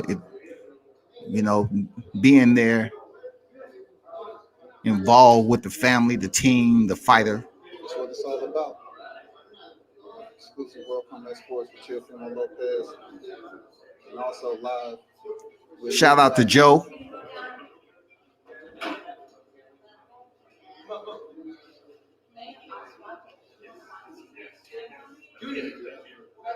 Look, find the elevator now.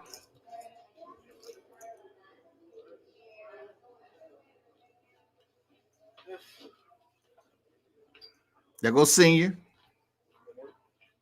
Lee.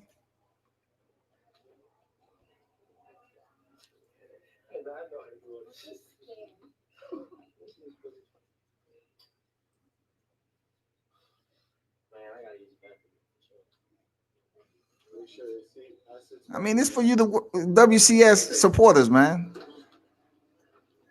Because I ain't capping, man. Come on, bro. These people don't do their damn research. They just come here and think, they want to tune in. No, man. You're not checking the catalog. You're not really digging deep enough, man. I only been doing these lives recently. This is where I'd rather be. But due to the pandemic, it's pretty much changed that.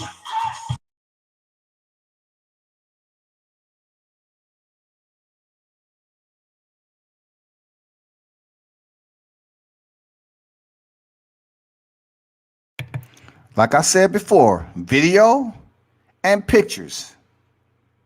My shit, nobody else, man.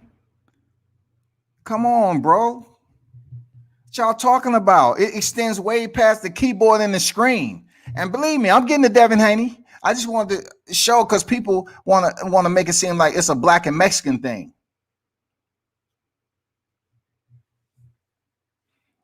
You all of a sudden choose sides. Keep going.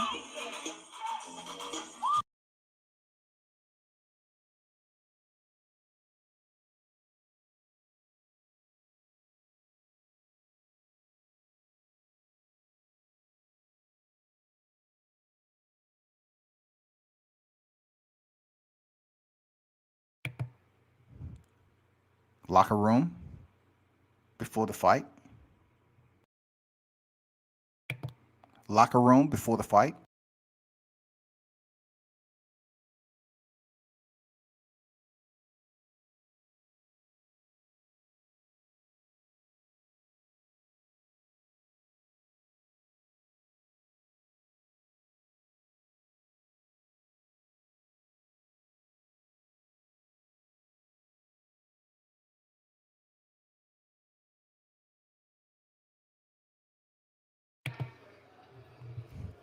Teofimo shaking out.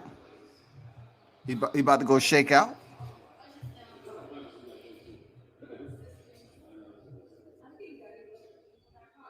Before he was a champion now.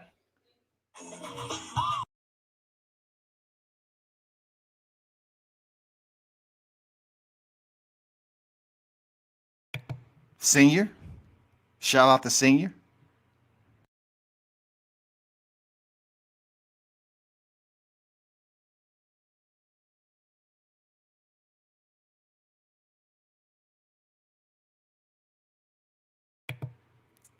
He was shadow boxing. I believe that's his niece. I'm not sure. I think that's her. I forgot. And she's in some other pictures when we was in NYC too.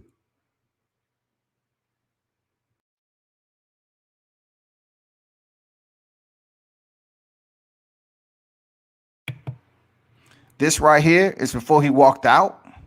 If you check another video, I actually walked out. I'm actually standing right in front of him for the walkout. That's his team. David McWhorter, Joe, everybody's right there. He's about to go walk out. You check the right, the left side of his, as you're looking at it, his left, he got the takeover on there.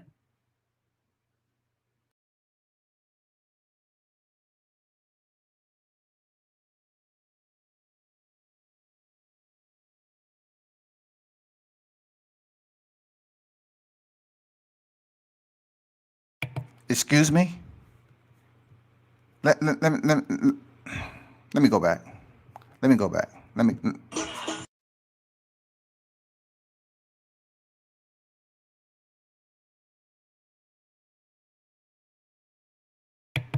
Yeah, I shoot fights.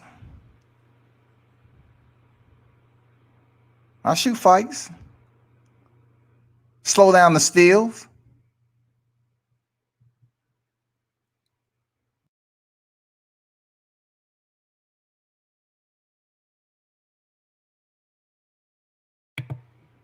It's more than online media people multitasking photography, knowing how to shoot fights without the blur, knowing what aperture and shutter speed to put your camera on, multitasking. That shit ain't easy.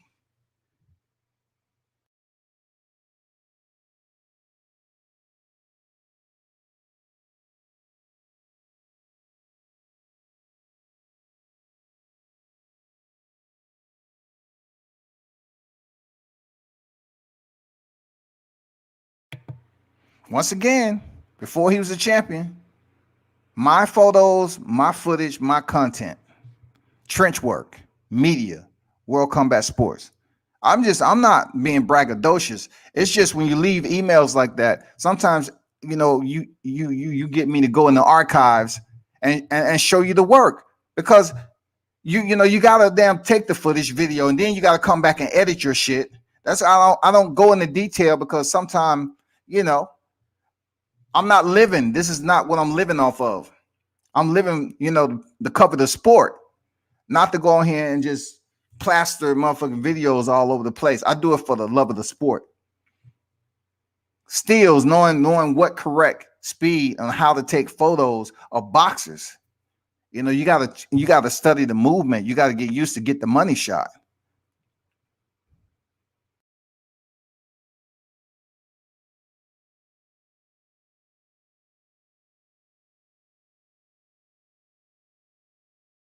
This TO after the fight, post-fight interview.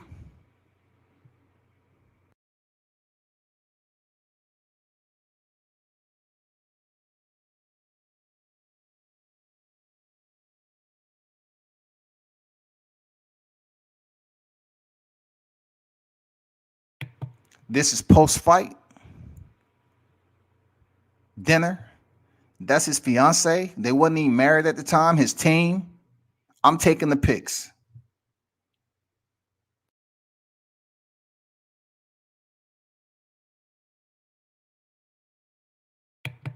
Team, Teofimo Lopez.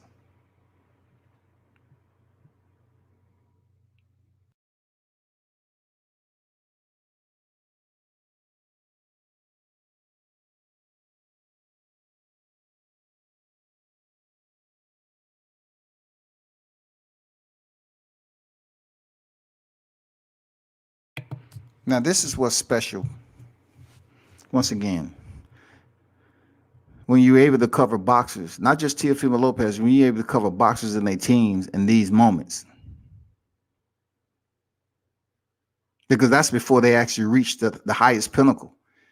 So when you drop stuff in there and you just put the false narrative out there, like people ain't doing something, it takes more than just tuning into a fight and sharing screen and all this other stuff. It takes freaking hard working and freaking hours at a time driving and all that shit. Man, don't come up here and play this stuff. I really haven't been talking about because I'm not here to prove anything to people. But I'm just saying the trench work for me is going into the field and showing up at the fights and getting it in. Hopefully y'all respect that. But that picture right there, for me and Team TFA, it means a lot. Because I took the picture doing photography and video and actually being able to cover a world champion, unified champion, Teofimo Lopez. So don't say I jumped on the bandwagon and all this other stuff because Devin Haney's name in the picture. No, not at all. Not at all, bro. This shit gonna change all that. You can run and tell this. And I haven't even got the Devin Haney video. I'm gonna get to it.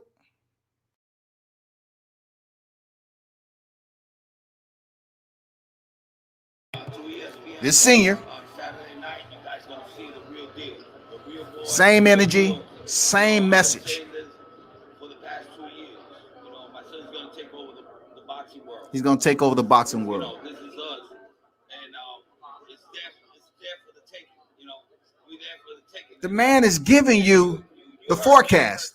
Yeah. I told you scared. You scared. You scared. You know what I'm saying? It's not gonna last more than one round. You know, I see it already. You know, and you're coming. And I told my son as soon as you heard him, you gotta take him out. We're going for the big boys. You know, we're going for the Lomachenko guy. We're going for the Pedrasas. You know, those are. Hold up. Did he say Lomachenko all the way back then? When I try to tell people, they act like I'm just coming up with this shit. I'm not the only one that got this particular video, but he said he was going for Lomachenko way back when. Their direction was to go seek out Lomachenko, whether it was through the WBC or the IBF. Just because one plan is not for you and you have an option, sometimes the option gets you to the same destination, people. People that we want to fight. You understand? We want to get to the high level. Why would we want to fight Devin Haney? And everybody says, oh, because you guys are scared. Hold up.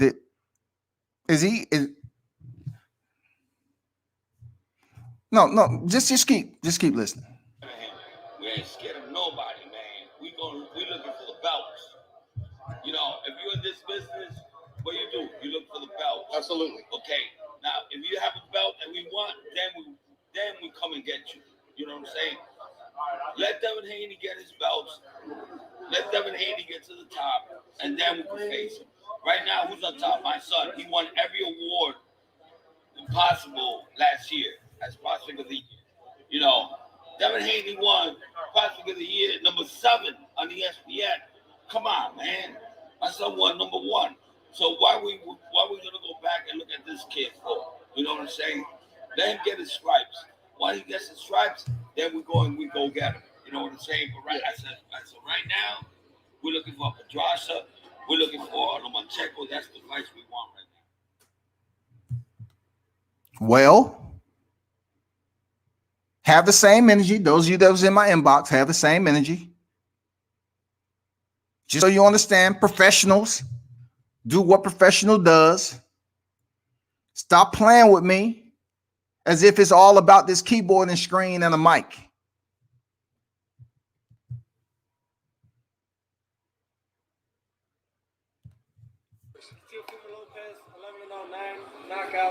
February 2nd, we're fighting Dallas, Texas. That's a different location. Tune in. I just want to give a shout out to World Combat Sports. Appreciate you, T.O. But let me get to the other one when we're talking about mandatories. I just wanted to give y'all that because that's all my content and being in the field. And you know, of course, people are not gonna check it out because they don't want to go through your shit and find it. I get it. It's not up to you to do that. But let me close this out. All right. This is strictly for those of you that's tuned in. I appreciate you. I appreciate you. Before I get to Devin Haney, I got this strange feeling that Brook is gonna go make history. This man looks like an animal. Stay cool, calm, showing no intimidation. I think this just might be the fight of Kell's career. You know, you Stokes, you talking that fire? People gonna start hearing you in the inbox saying, Stokes, he freaking hating.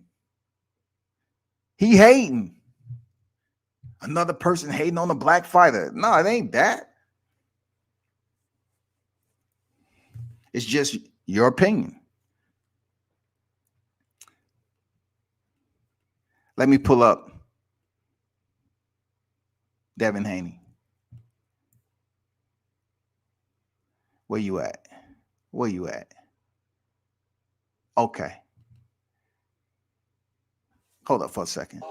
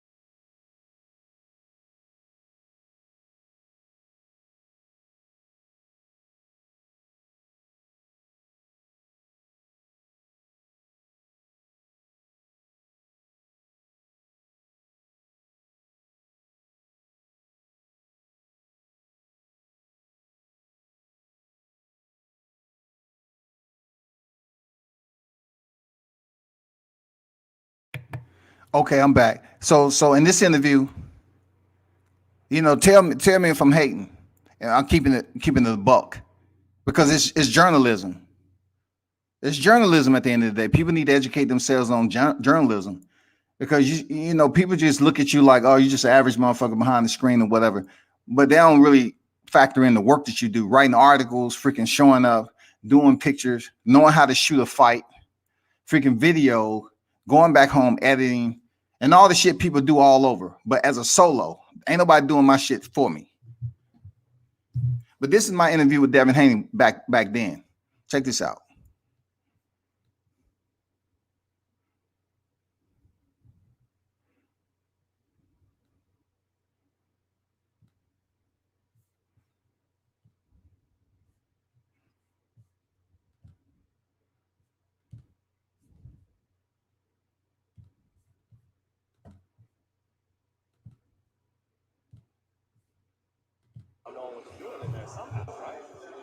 I mean, he does what works for him at the end of the day.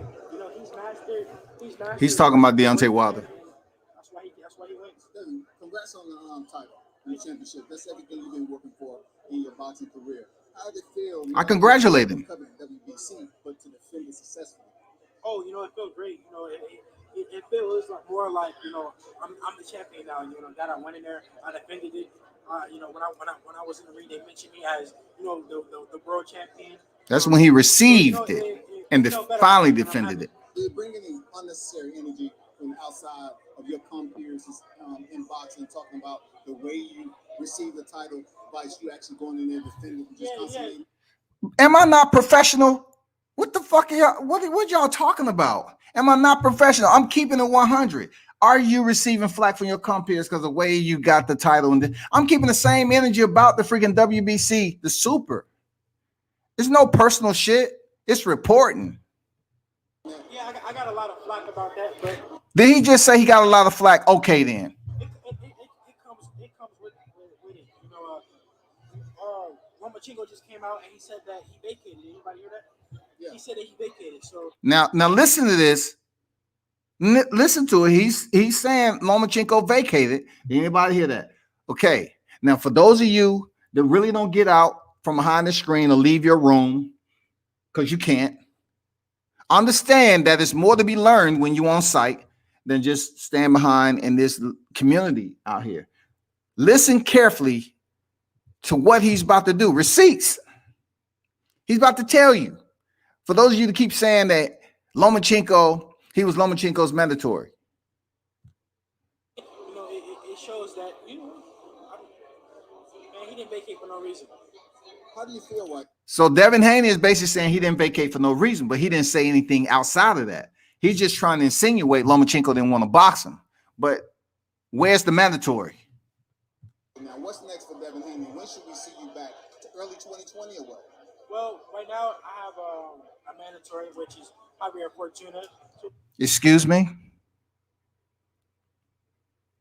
See, sometimes I just care enough to just go back and dig and get the Easter eggs out this motherfucker. He said he had a mandatory Javier Fortuna. Where's all this stuff, man? Sometimes, you know, y'all just leave shit and y'all don't even want to dig and do research. Y'all just point the finger, say so-and-so, WCS things, this, that, and the other, because y'all cover a single fighter.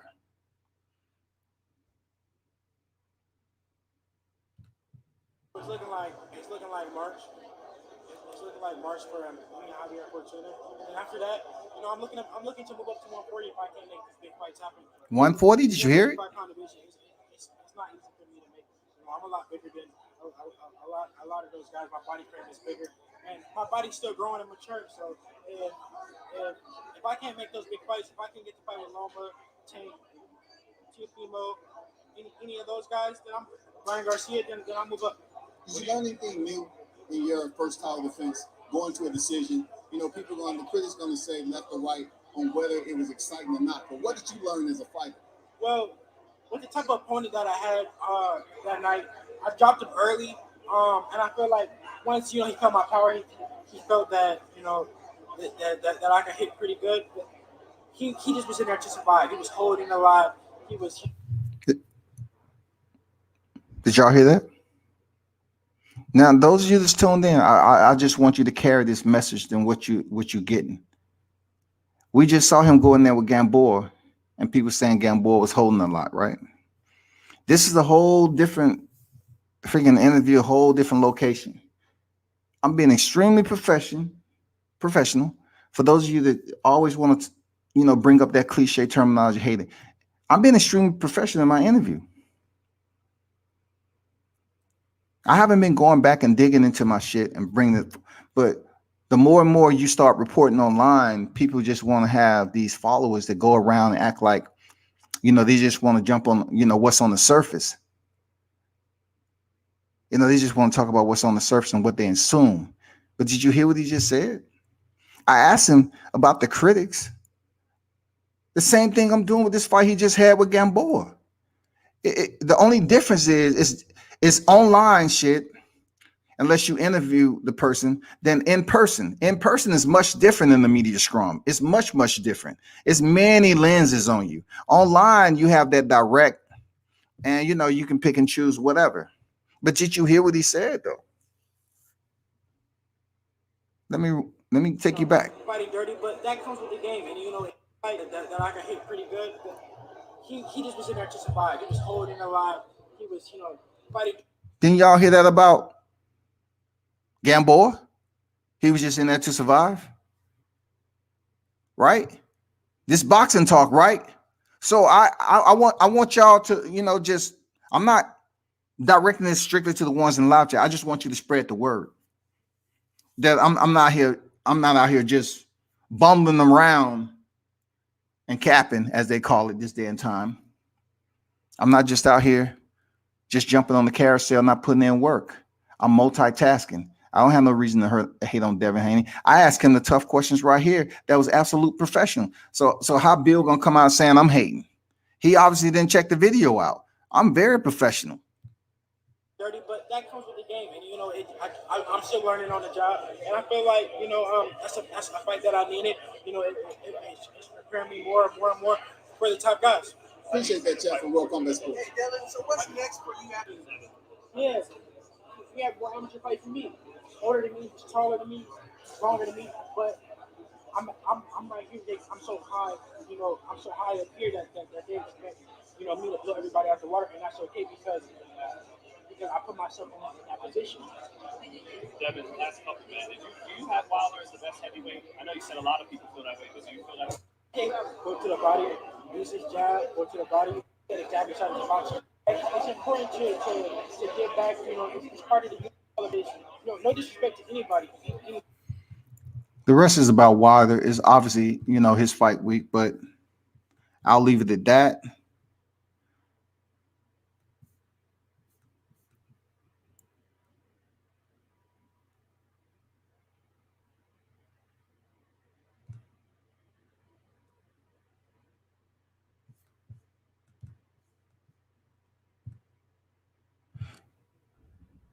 So, D-Style Boxing, what's good? What's good? Were y'all able to see that last video I just put up? I just wanted to make it clear because, media does have freaking depth to it for some individuals. And out of respect to the media game, that's what it is. It's mutual. Certain people have the opportunity to go visit fights, and what they do with the media is being able to multitask and take pictures, shoot the fight, or, videography, interviews.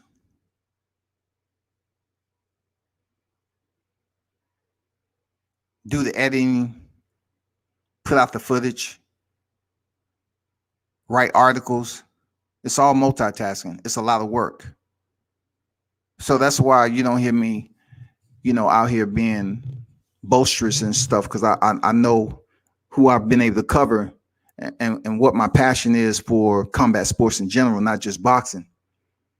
So what you've been able to, take from the 2 receipts that I gave you, those of you that don't want to show up like I asked you to, I mean, if you're going to drop the email, the stuff in the email, you have to show up, man. You have to take accountability. But I know it's a lot of cowards that love being behind avatars, man. They're screensavers, as I call them. They're never screensavers. They hide behind the screen. You can't go out here and saying somebody's not doing this and that, and I'm hating on Devin Haney. That's a whole different video right there. I was professional with the cat. I was professional with the champ. He was professional too. So for Bill to say I'm hating, obviously he didn't see that video. I wasn't hating. I was extremely professional, and I have been at this point. It's not hating. You know, everybody's media game is different. But anyway, moving on past that, man, I just wanted to drop that to the people, the supporters. You know about Teofimo Lopez. Shout out to Team Tio. Good group of people. I had the opportunity that I cherish, just like Deontay Wilder had the opportunity. Roy Jones, you know, and plenty other fighters.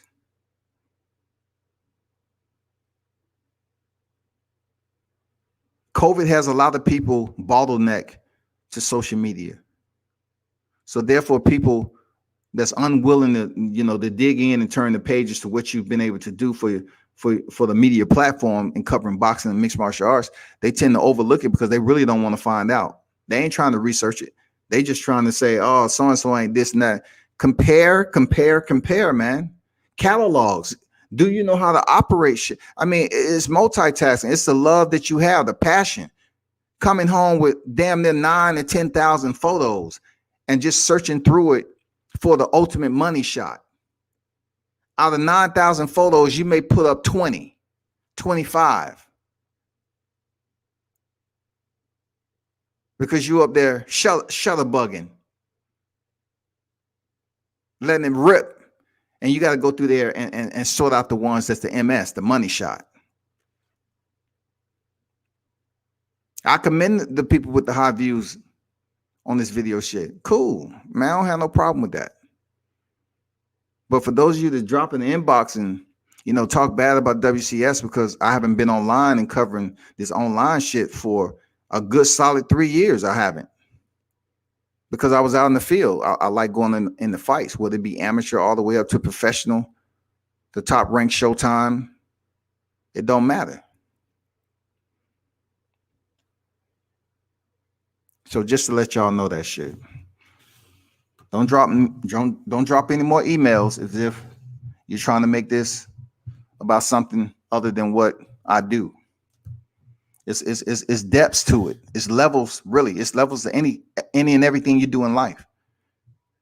But if you're not doing anything except freaking making thumbnails and you want to talk shit about views, no, that's not my priority, to be honest. I want the people to tune in, real talk, because, you know, it's another level, once again, to reporting on the sport. But don't act and pretend like the content is not out there, because you choose not to, you know, find it, research it, and then show love where it's needed.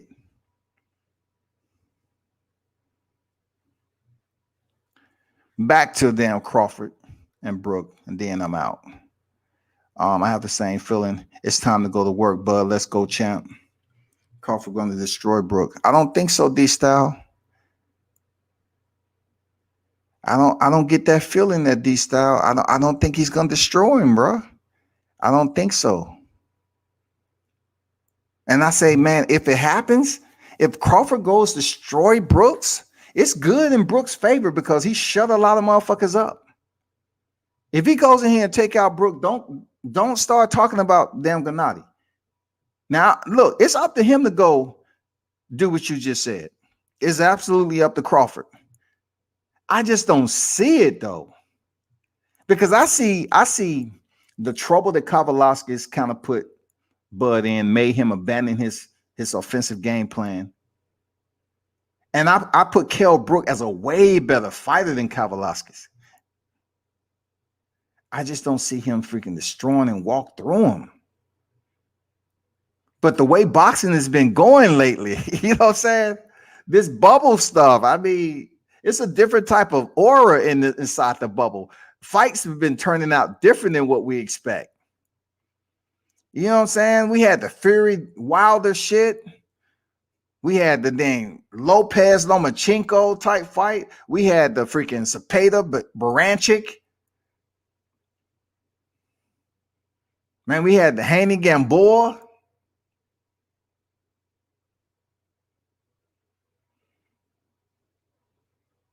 What's some other ones that was weird? Estrada knocking out the freaking mom. Came in there 5-0, knocked her ass clean out. Cole, Gervonta, Leo. I mean, people was going against and thinking Leo was going to run through Gervonta. Not the case, man. Just had freaking Anui way, stop Moloney. Nordine Obali is supposed to step in there with Nonito Donaire. He's out with COVID. Miguel Burchelt supposed to step in there with Oscar Valdez. He's out with COVID. I'm telling you, boxing, man, it's too many motherfucking situations that's going on, dog. Now Ryan Garcia, who's supposed to face Luke Campbell, potentially he may face Linares. You know what I'm saying? Alexander Povetkin in his rematch against Dillian White, he went out. So they supposed to reschedule that. But Ryan Garcia may potentially face Linares. We still trying to figure that out. Man, it's too many scenarios, man. Mitch said, combat digging in the crates, man. For real, dog, I had to go. What's going on, Shelton? What's good? Salute to you. Said, this is a great fight for Bud. It is, bro. It's absolutely a great fight for Bud. I'm going for Bud. I'm going to be honest. I'm going for Bud. That's who I'm going for. But I truly believe it's a 50-50 fight. I'm giving Kell Brook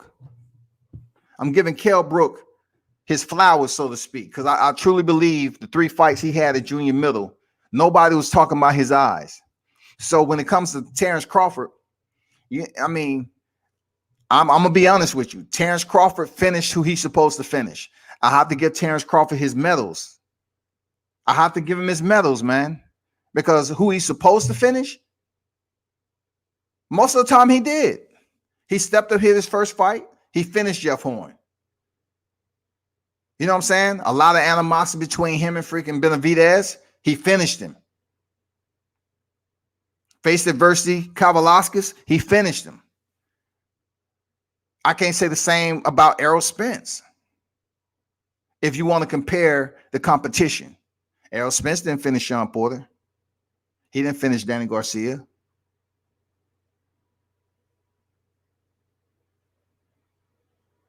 People think he's going to walk through Garcia. He's not. He's not going to walk through Garcia. Keith Thurman couldn't even stop Garcia.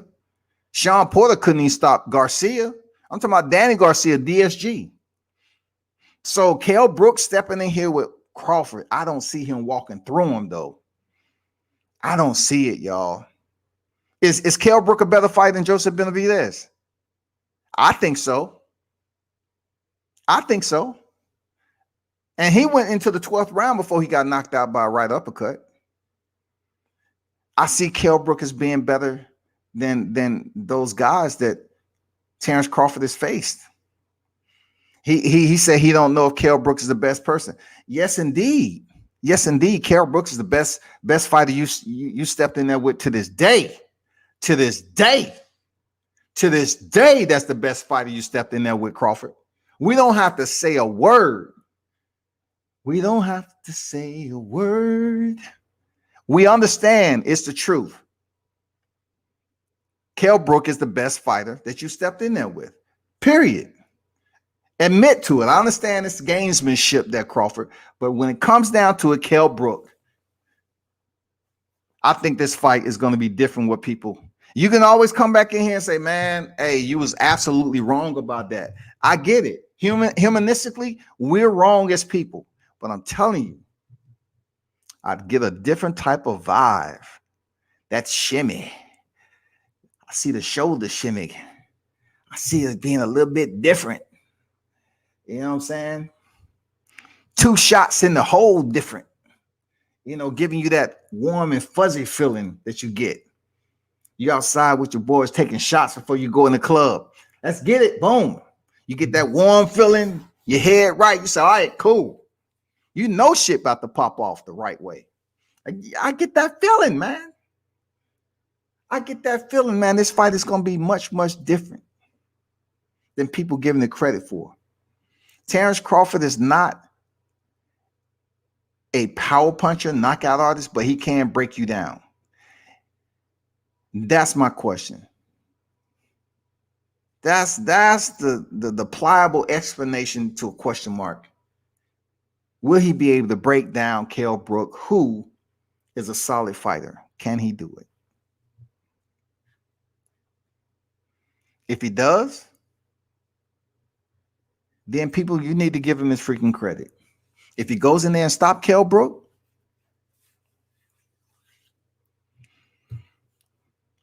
you're going to bring up the eyes again?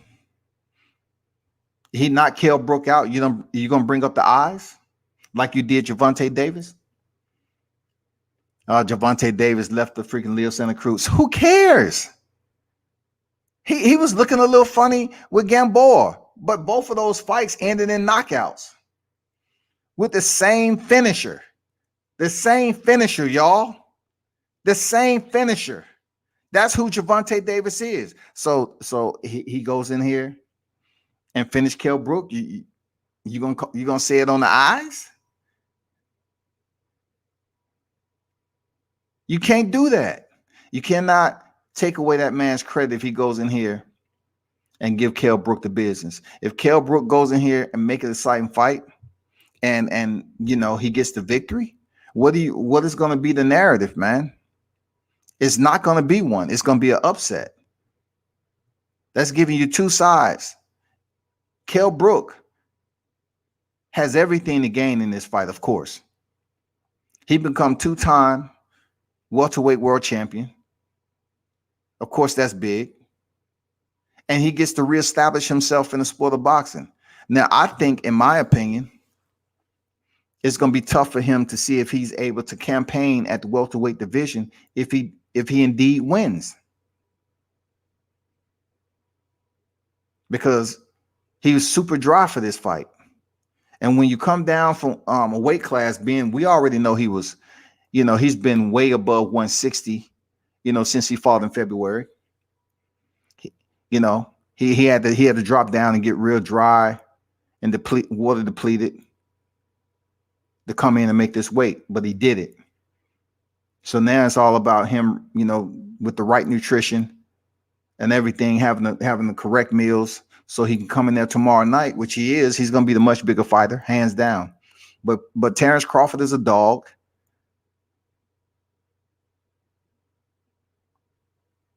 I mean, if y'all want me to, I can pull up another receipt to show how much athleticism Terence Crawford has. You won't see that with freaking any other fighter out there doing what Terence Crawford was doing.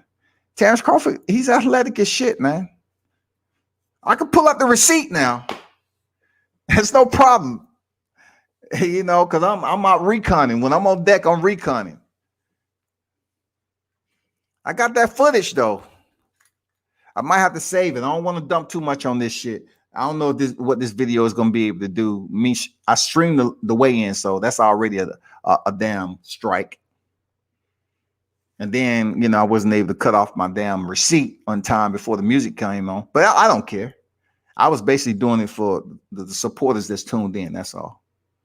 Major Key Boxing in the building. Salute, man. Y'all make sure y'all subscribe to Major Key Boxing, man.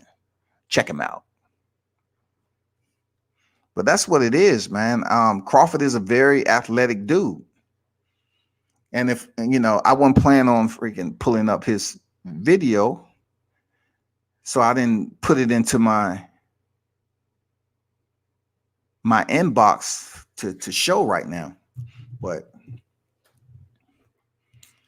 let me see. Can I do y'all one? Because it is Crawford's night tomorrow. Let me see. Can I do y'all one? Hold up. Let me see. Can I pull you this video up that I did on Crawford? It's not an interview. It's him outside. Hold up. Let me try to find this right quick. People be tripping. Y'all, some people be tripping. Let me try to find this right quick, man. Just give me a quick minute. Let me try to locate it. Where you at? Where you at?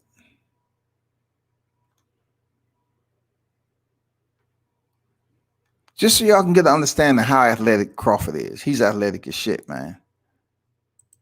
People sleep on him because they just think about boxing.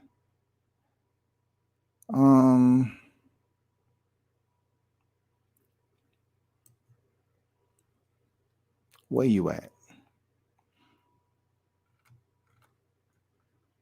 Okay. I know where you at right now. Okay. I got you. I had to go to another one. I had to go to another one because I have more than one hard drive on the flats. You know what I'm saying? Let me go up here. Where you at? Man, there we go. There we go. There we go. Let me pull up the other receipt, man. Let me see. Where's that? Where's that? Where's that? Where's that?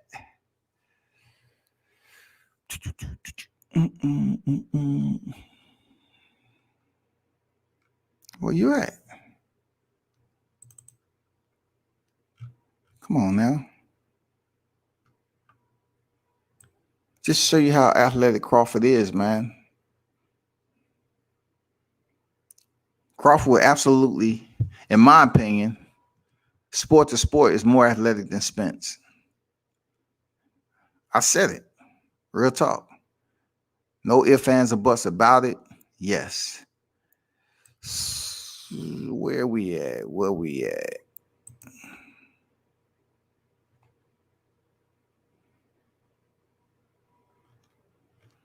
Y'all bear with me. I'm trying to pull up one more receipt for those of you that still tuned in of Terence Crawford. I apologize if I can't find it. Okay, is this it? This might be one of them. Let me see. Let me see right here. It might be it.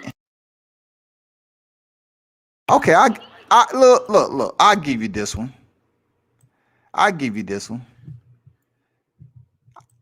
Yeah, hold up. Let me share this, motherfucker. I'll give you this right here, Shouty.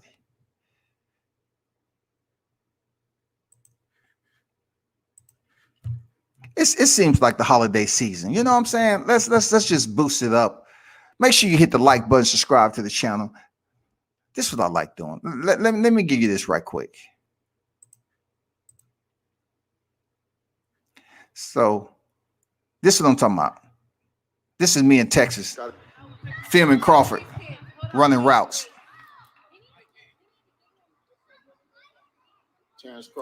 Shout out to Mikey. Mikey with the ball, one of the best photographers in the game. Shout out to Mikey Williams.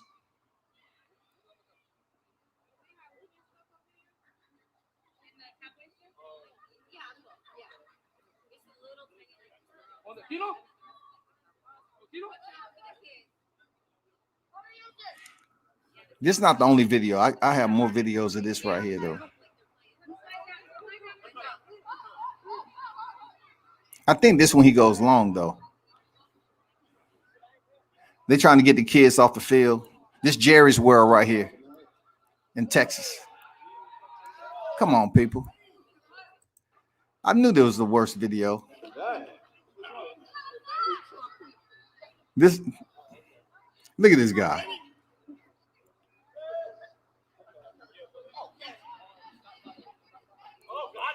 Double. Look at the kids. He had it.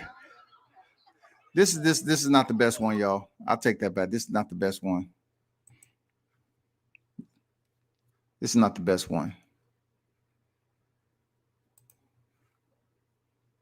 I need to make sure I extract that and put it where it belongs. But where's the one that's the better one without the kids that was out there? Damn, I can't believe I only have that shit readily accessible.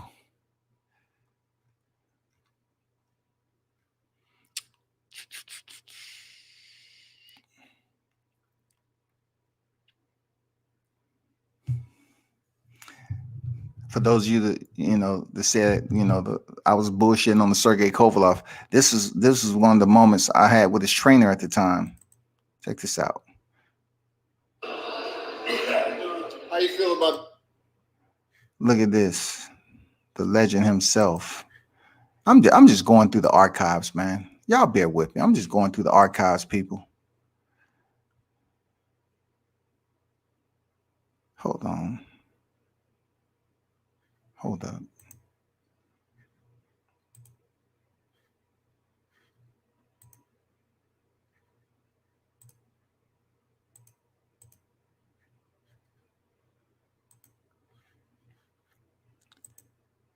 There we go. There we is. Y'all know who this is, right? Absolutely. I had this. Look, I had one with Sergey, but Sergey told me to turn the camera off, shouty. I was like, all right, cool. How you feel about that win, regaining that title? First time in the training camp there, buddy. They say you're the only one that can do it. How you feeling? I'm feeling great, man. Just tired, man. I want to get home. Let's kick back and relax. See, I mean, so you know how this dealing with these fighters, man. So the plan worked out effectively like y'all thought? Yeah. Recon, y'all. Recon, man. What he got on here? Look, what he got on there? Crusher, right? I had the Crusher in my sights the same way right now because I'm in the host hotel in the same setting. And he said, no camera. I'll talk, no camera. Listen, nothing beats the basics, right? I don't give a shit. Nobody says if you keep it basic, you'll be ahead of the game. You seem to dominate him, and land effective punches early. He wasn't falling behind at all, nothing. Now keep the jab, baby. When in doubt, stick it out. Take it in. Take care. Pleasure. Good night. That was Buddy McGirt.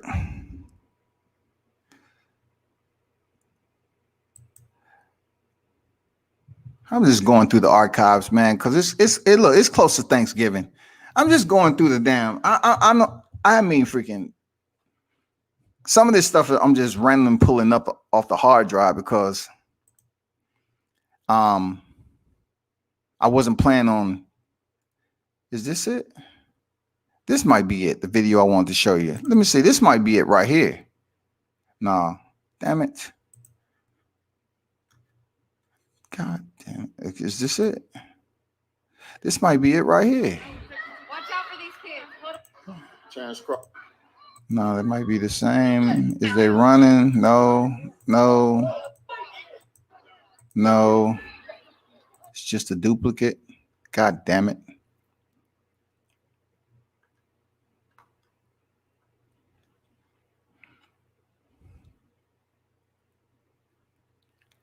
If I'm unable to find it in this bushel, I'm done for now. I'm done. Because obviously I thought I had it. Damn. Let me see if I saved it on his name. Come on, Crawford. How in the hell that video disappear? It has to be on the edit, if anything. God dang it.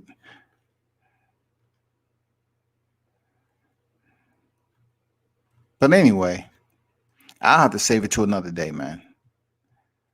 For real. Because you know what? I'm gonna try one more place, people. Hold tight. One more spot. I know where to go.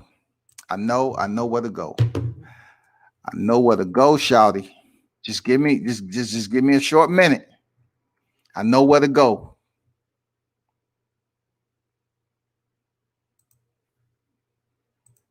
When in doubt, go to the nest. I'm gonna show you right here.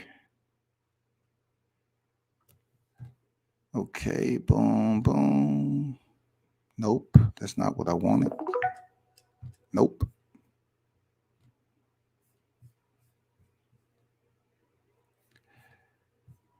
Let's see.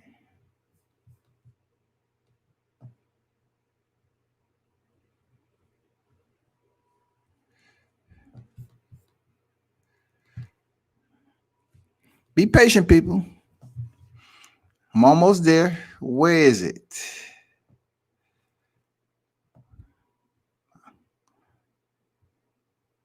I know where you at. This is going to be my last receipt today because I know people got shit to do on this Friday. I know you got places to go, people to see. I know. And I got, hey, same here. It's last receipt. Last one. Appreciate everyone's patience.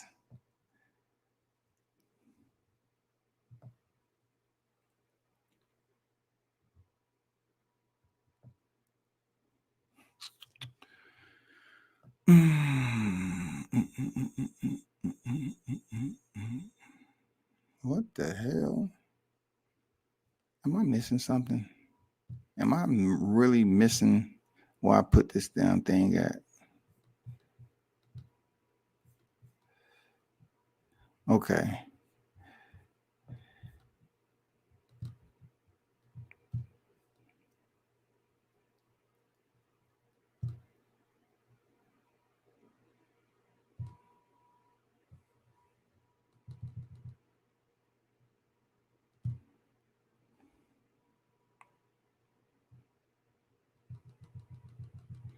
Where you at? Where you at? Where you at, man? I know you couldn't be that deep in the freaking archives. I know you can't. I know you can't be that.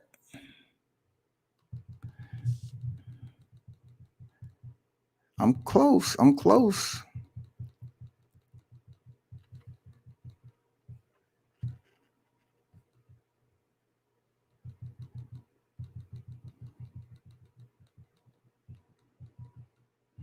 Unbelievable. Damn.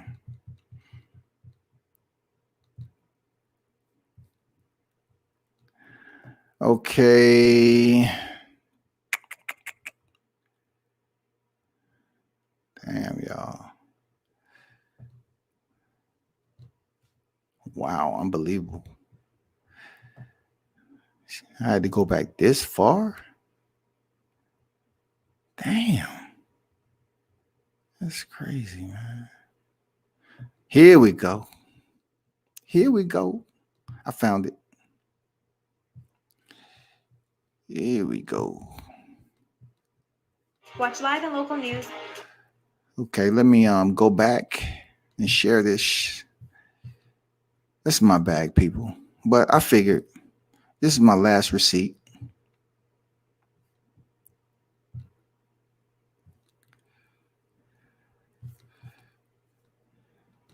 I'm going to share this screen right quick.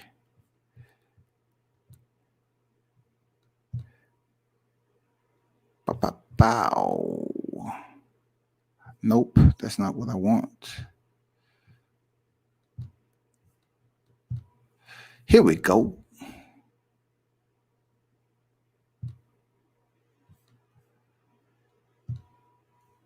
On a variety of networks with YouTube TV. Try it free. Let me show you how I create engaging content using stock footage. Go to artgrid.io. The tools I use define what I can create with unlimited data. Why is it doing that? Hold up. Hold up. I don't know why is it doing that. Hold up.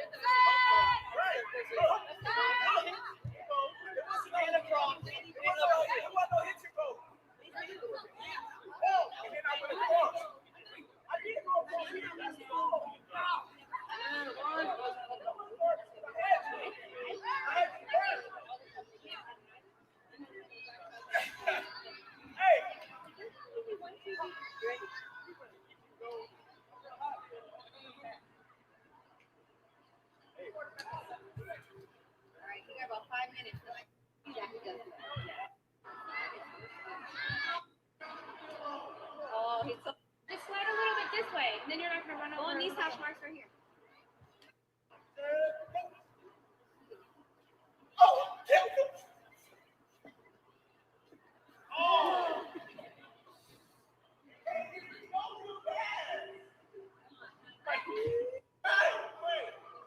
I killed him. Where my quarterback skills? It's not because of you. And that one was because of you? That one was because of you? I told you why they can't. I know y'all got a place to go. I'm gonna fast forward. I got two.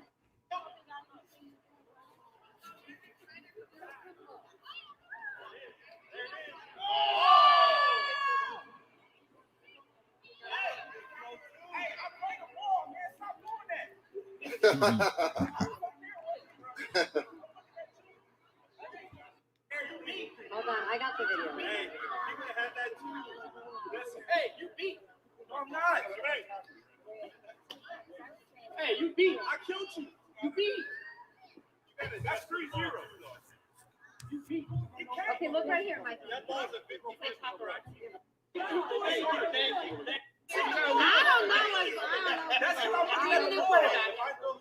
They getting intense. You were short. Look, even right here. You did what you're supposed to do. I know. But if I get a ball, 3-0. 3-0. Sorry, this is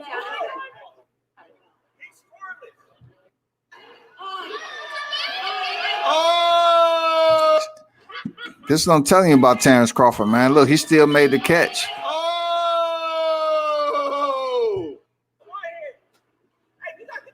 That was a burner. That was a burner. That's all, people. That's all of that. I just wanted to show y'all Terence Crawford is pretty athletic, to be honest. You know, for those of you that got something out of that, I had to go in the archives, man. Go in the damn vault. You know, since it's damn holiday season. And Terence Crawford's on deck. You know what I'm saying? He's athletic, man. I'm telling you.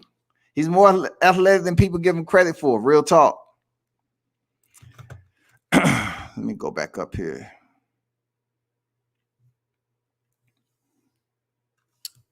Major Key, salute. Deacon 305, was good, was good. William say receipts. That's what it's all about, man. Major Key said Crawford is not only ambidextrous, but also changes pace of his punches, which confuses his opponent on when to come in and trade. If they miscalculate, they get stunned or KO'd. Man, solid point, man. Solid point. And what I just showed you, man, Crawford is very athletic, man. That right there, it reciprocates over in the ring too. Footwork, agility, being diverse. Man, he's an athletic dude, man. He's one of the most athletic guys in the welterweight division. I would say probably outside of Sean Porter, because we all know Sean Porter athletic as shit. Don't even fake that shit. Sean Porter, motherfucker, you know, he used to play football anyway. That would be a good matchup, though.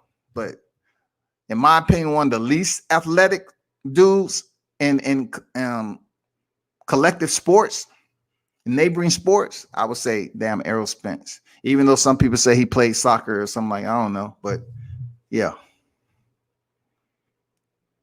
And probably Keith Thurman. I'm not going to say Manny Pacquiao because, shit, I know goddamn Manny Pacquiao probably played some other shit we ain't heard of. Was that with the Alvarez fight? That was with what fight was that, man? What fight was that?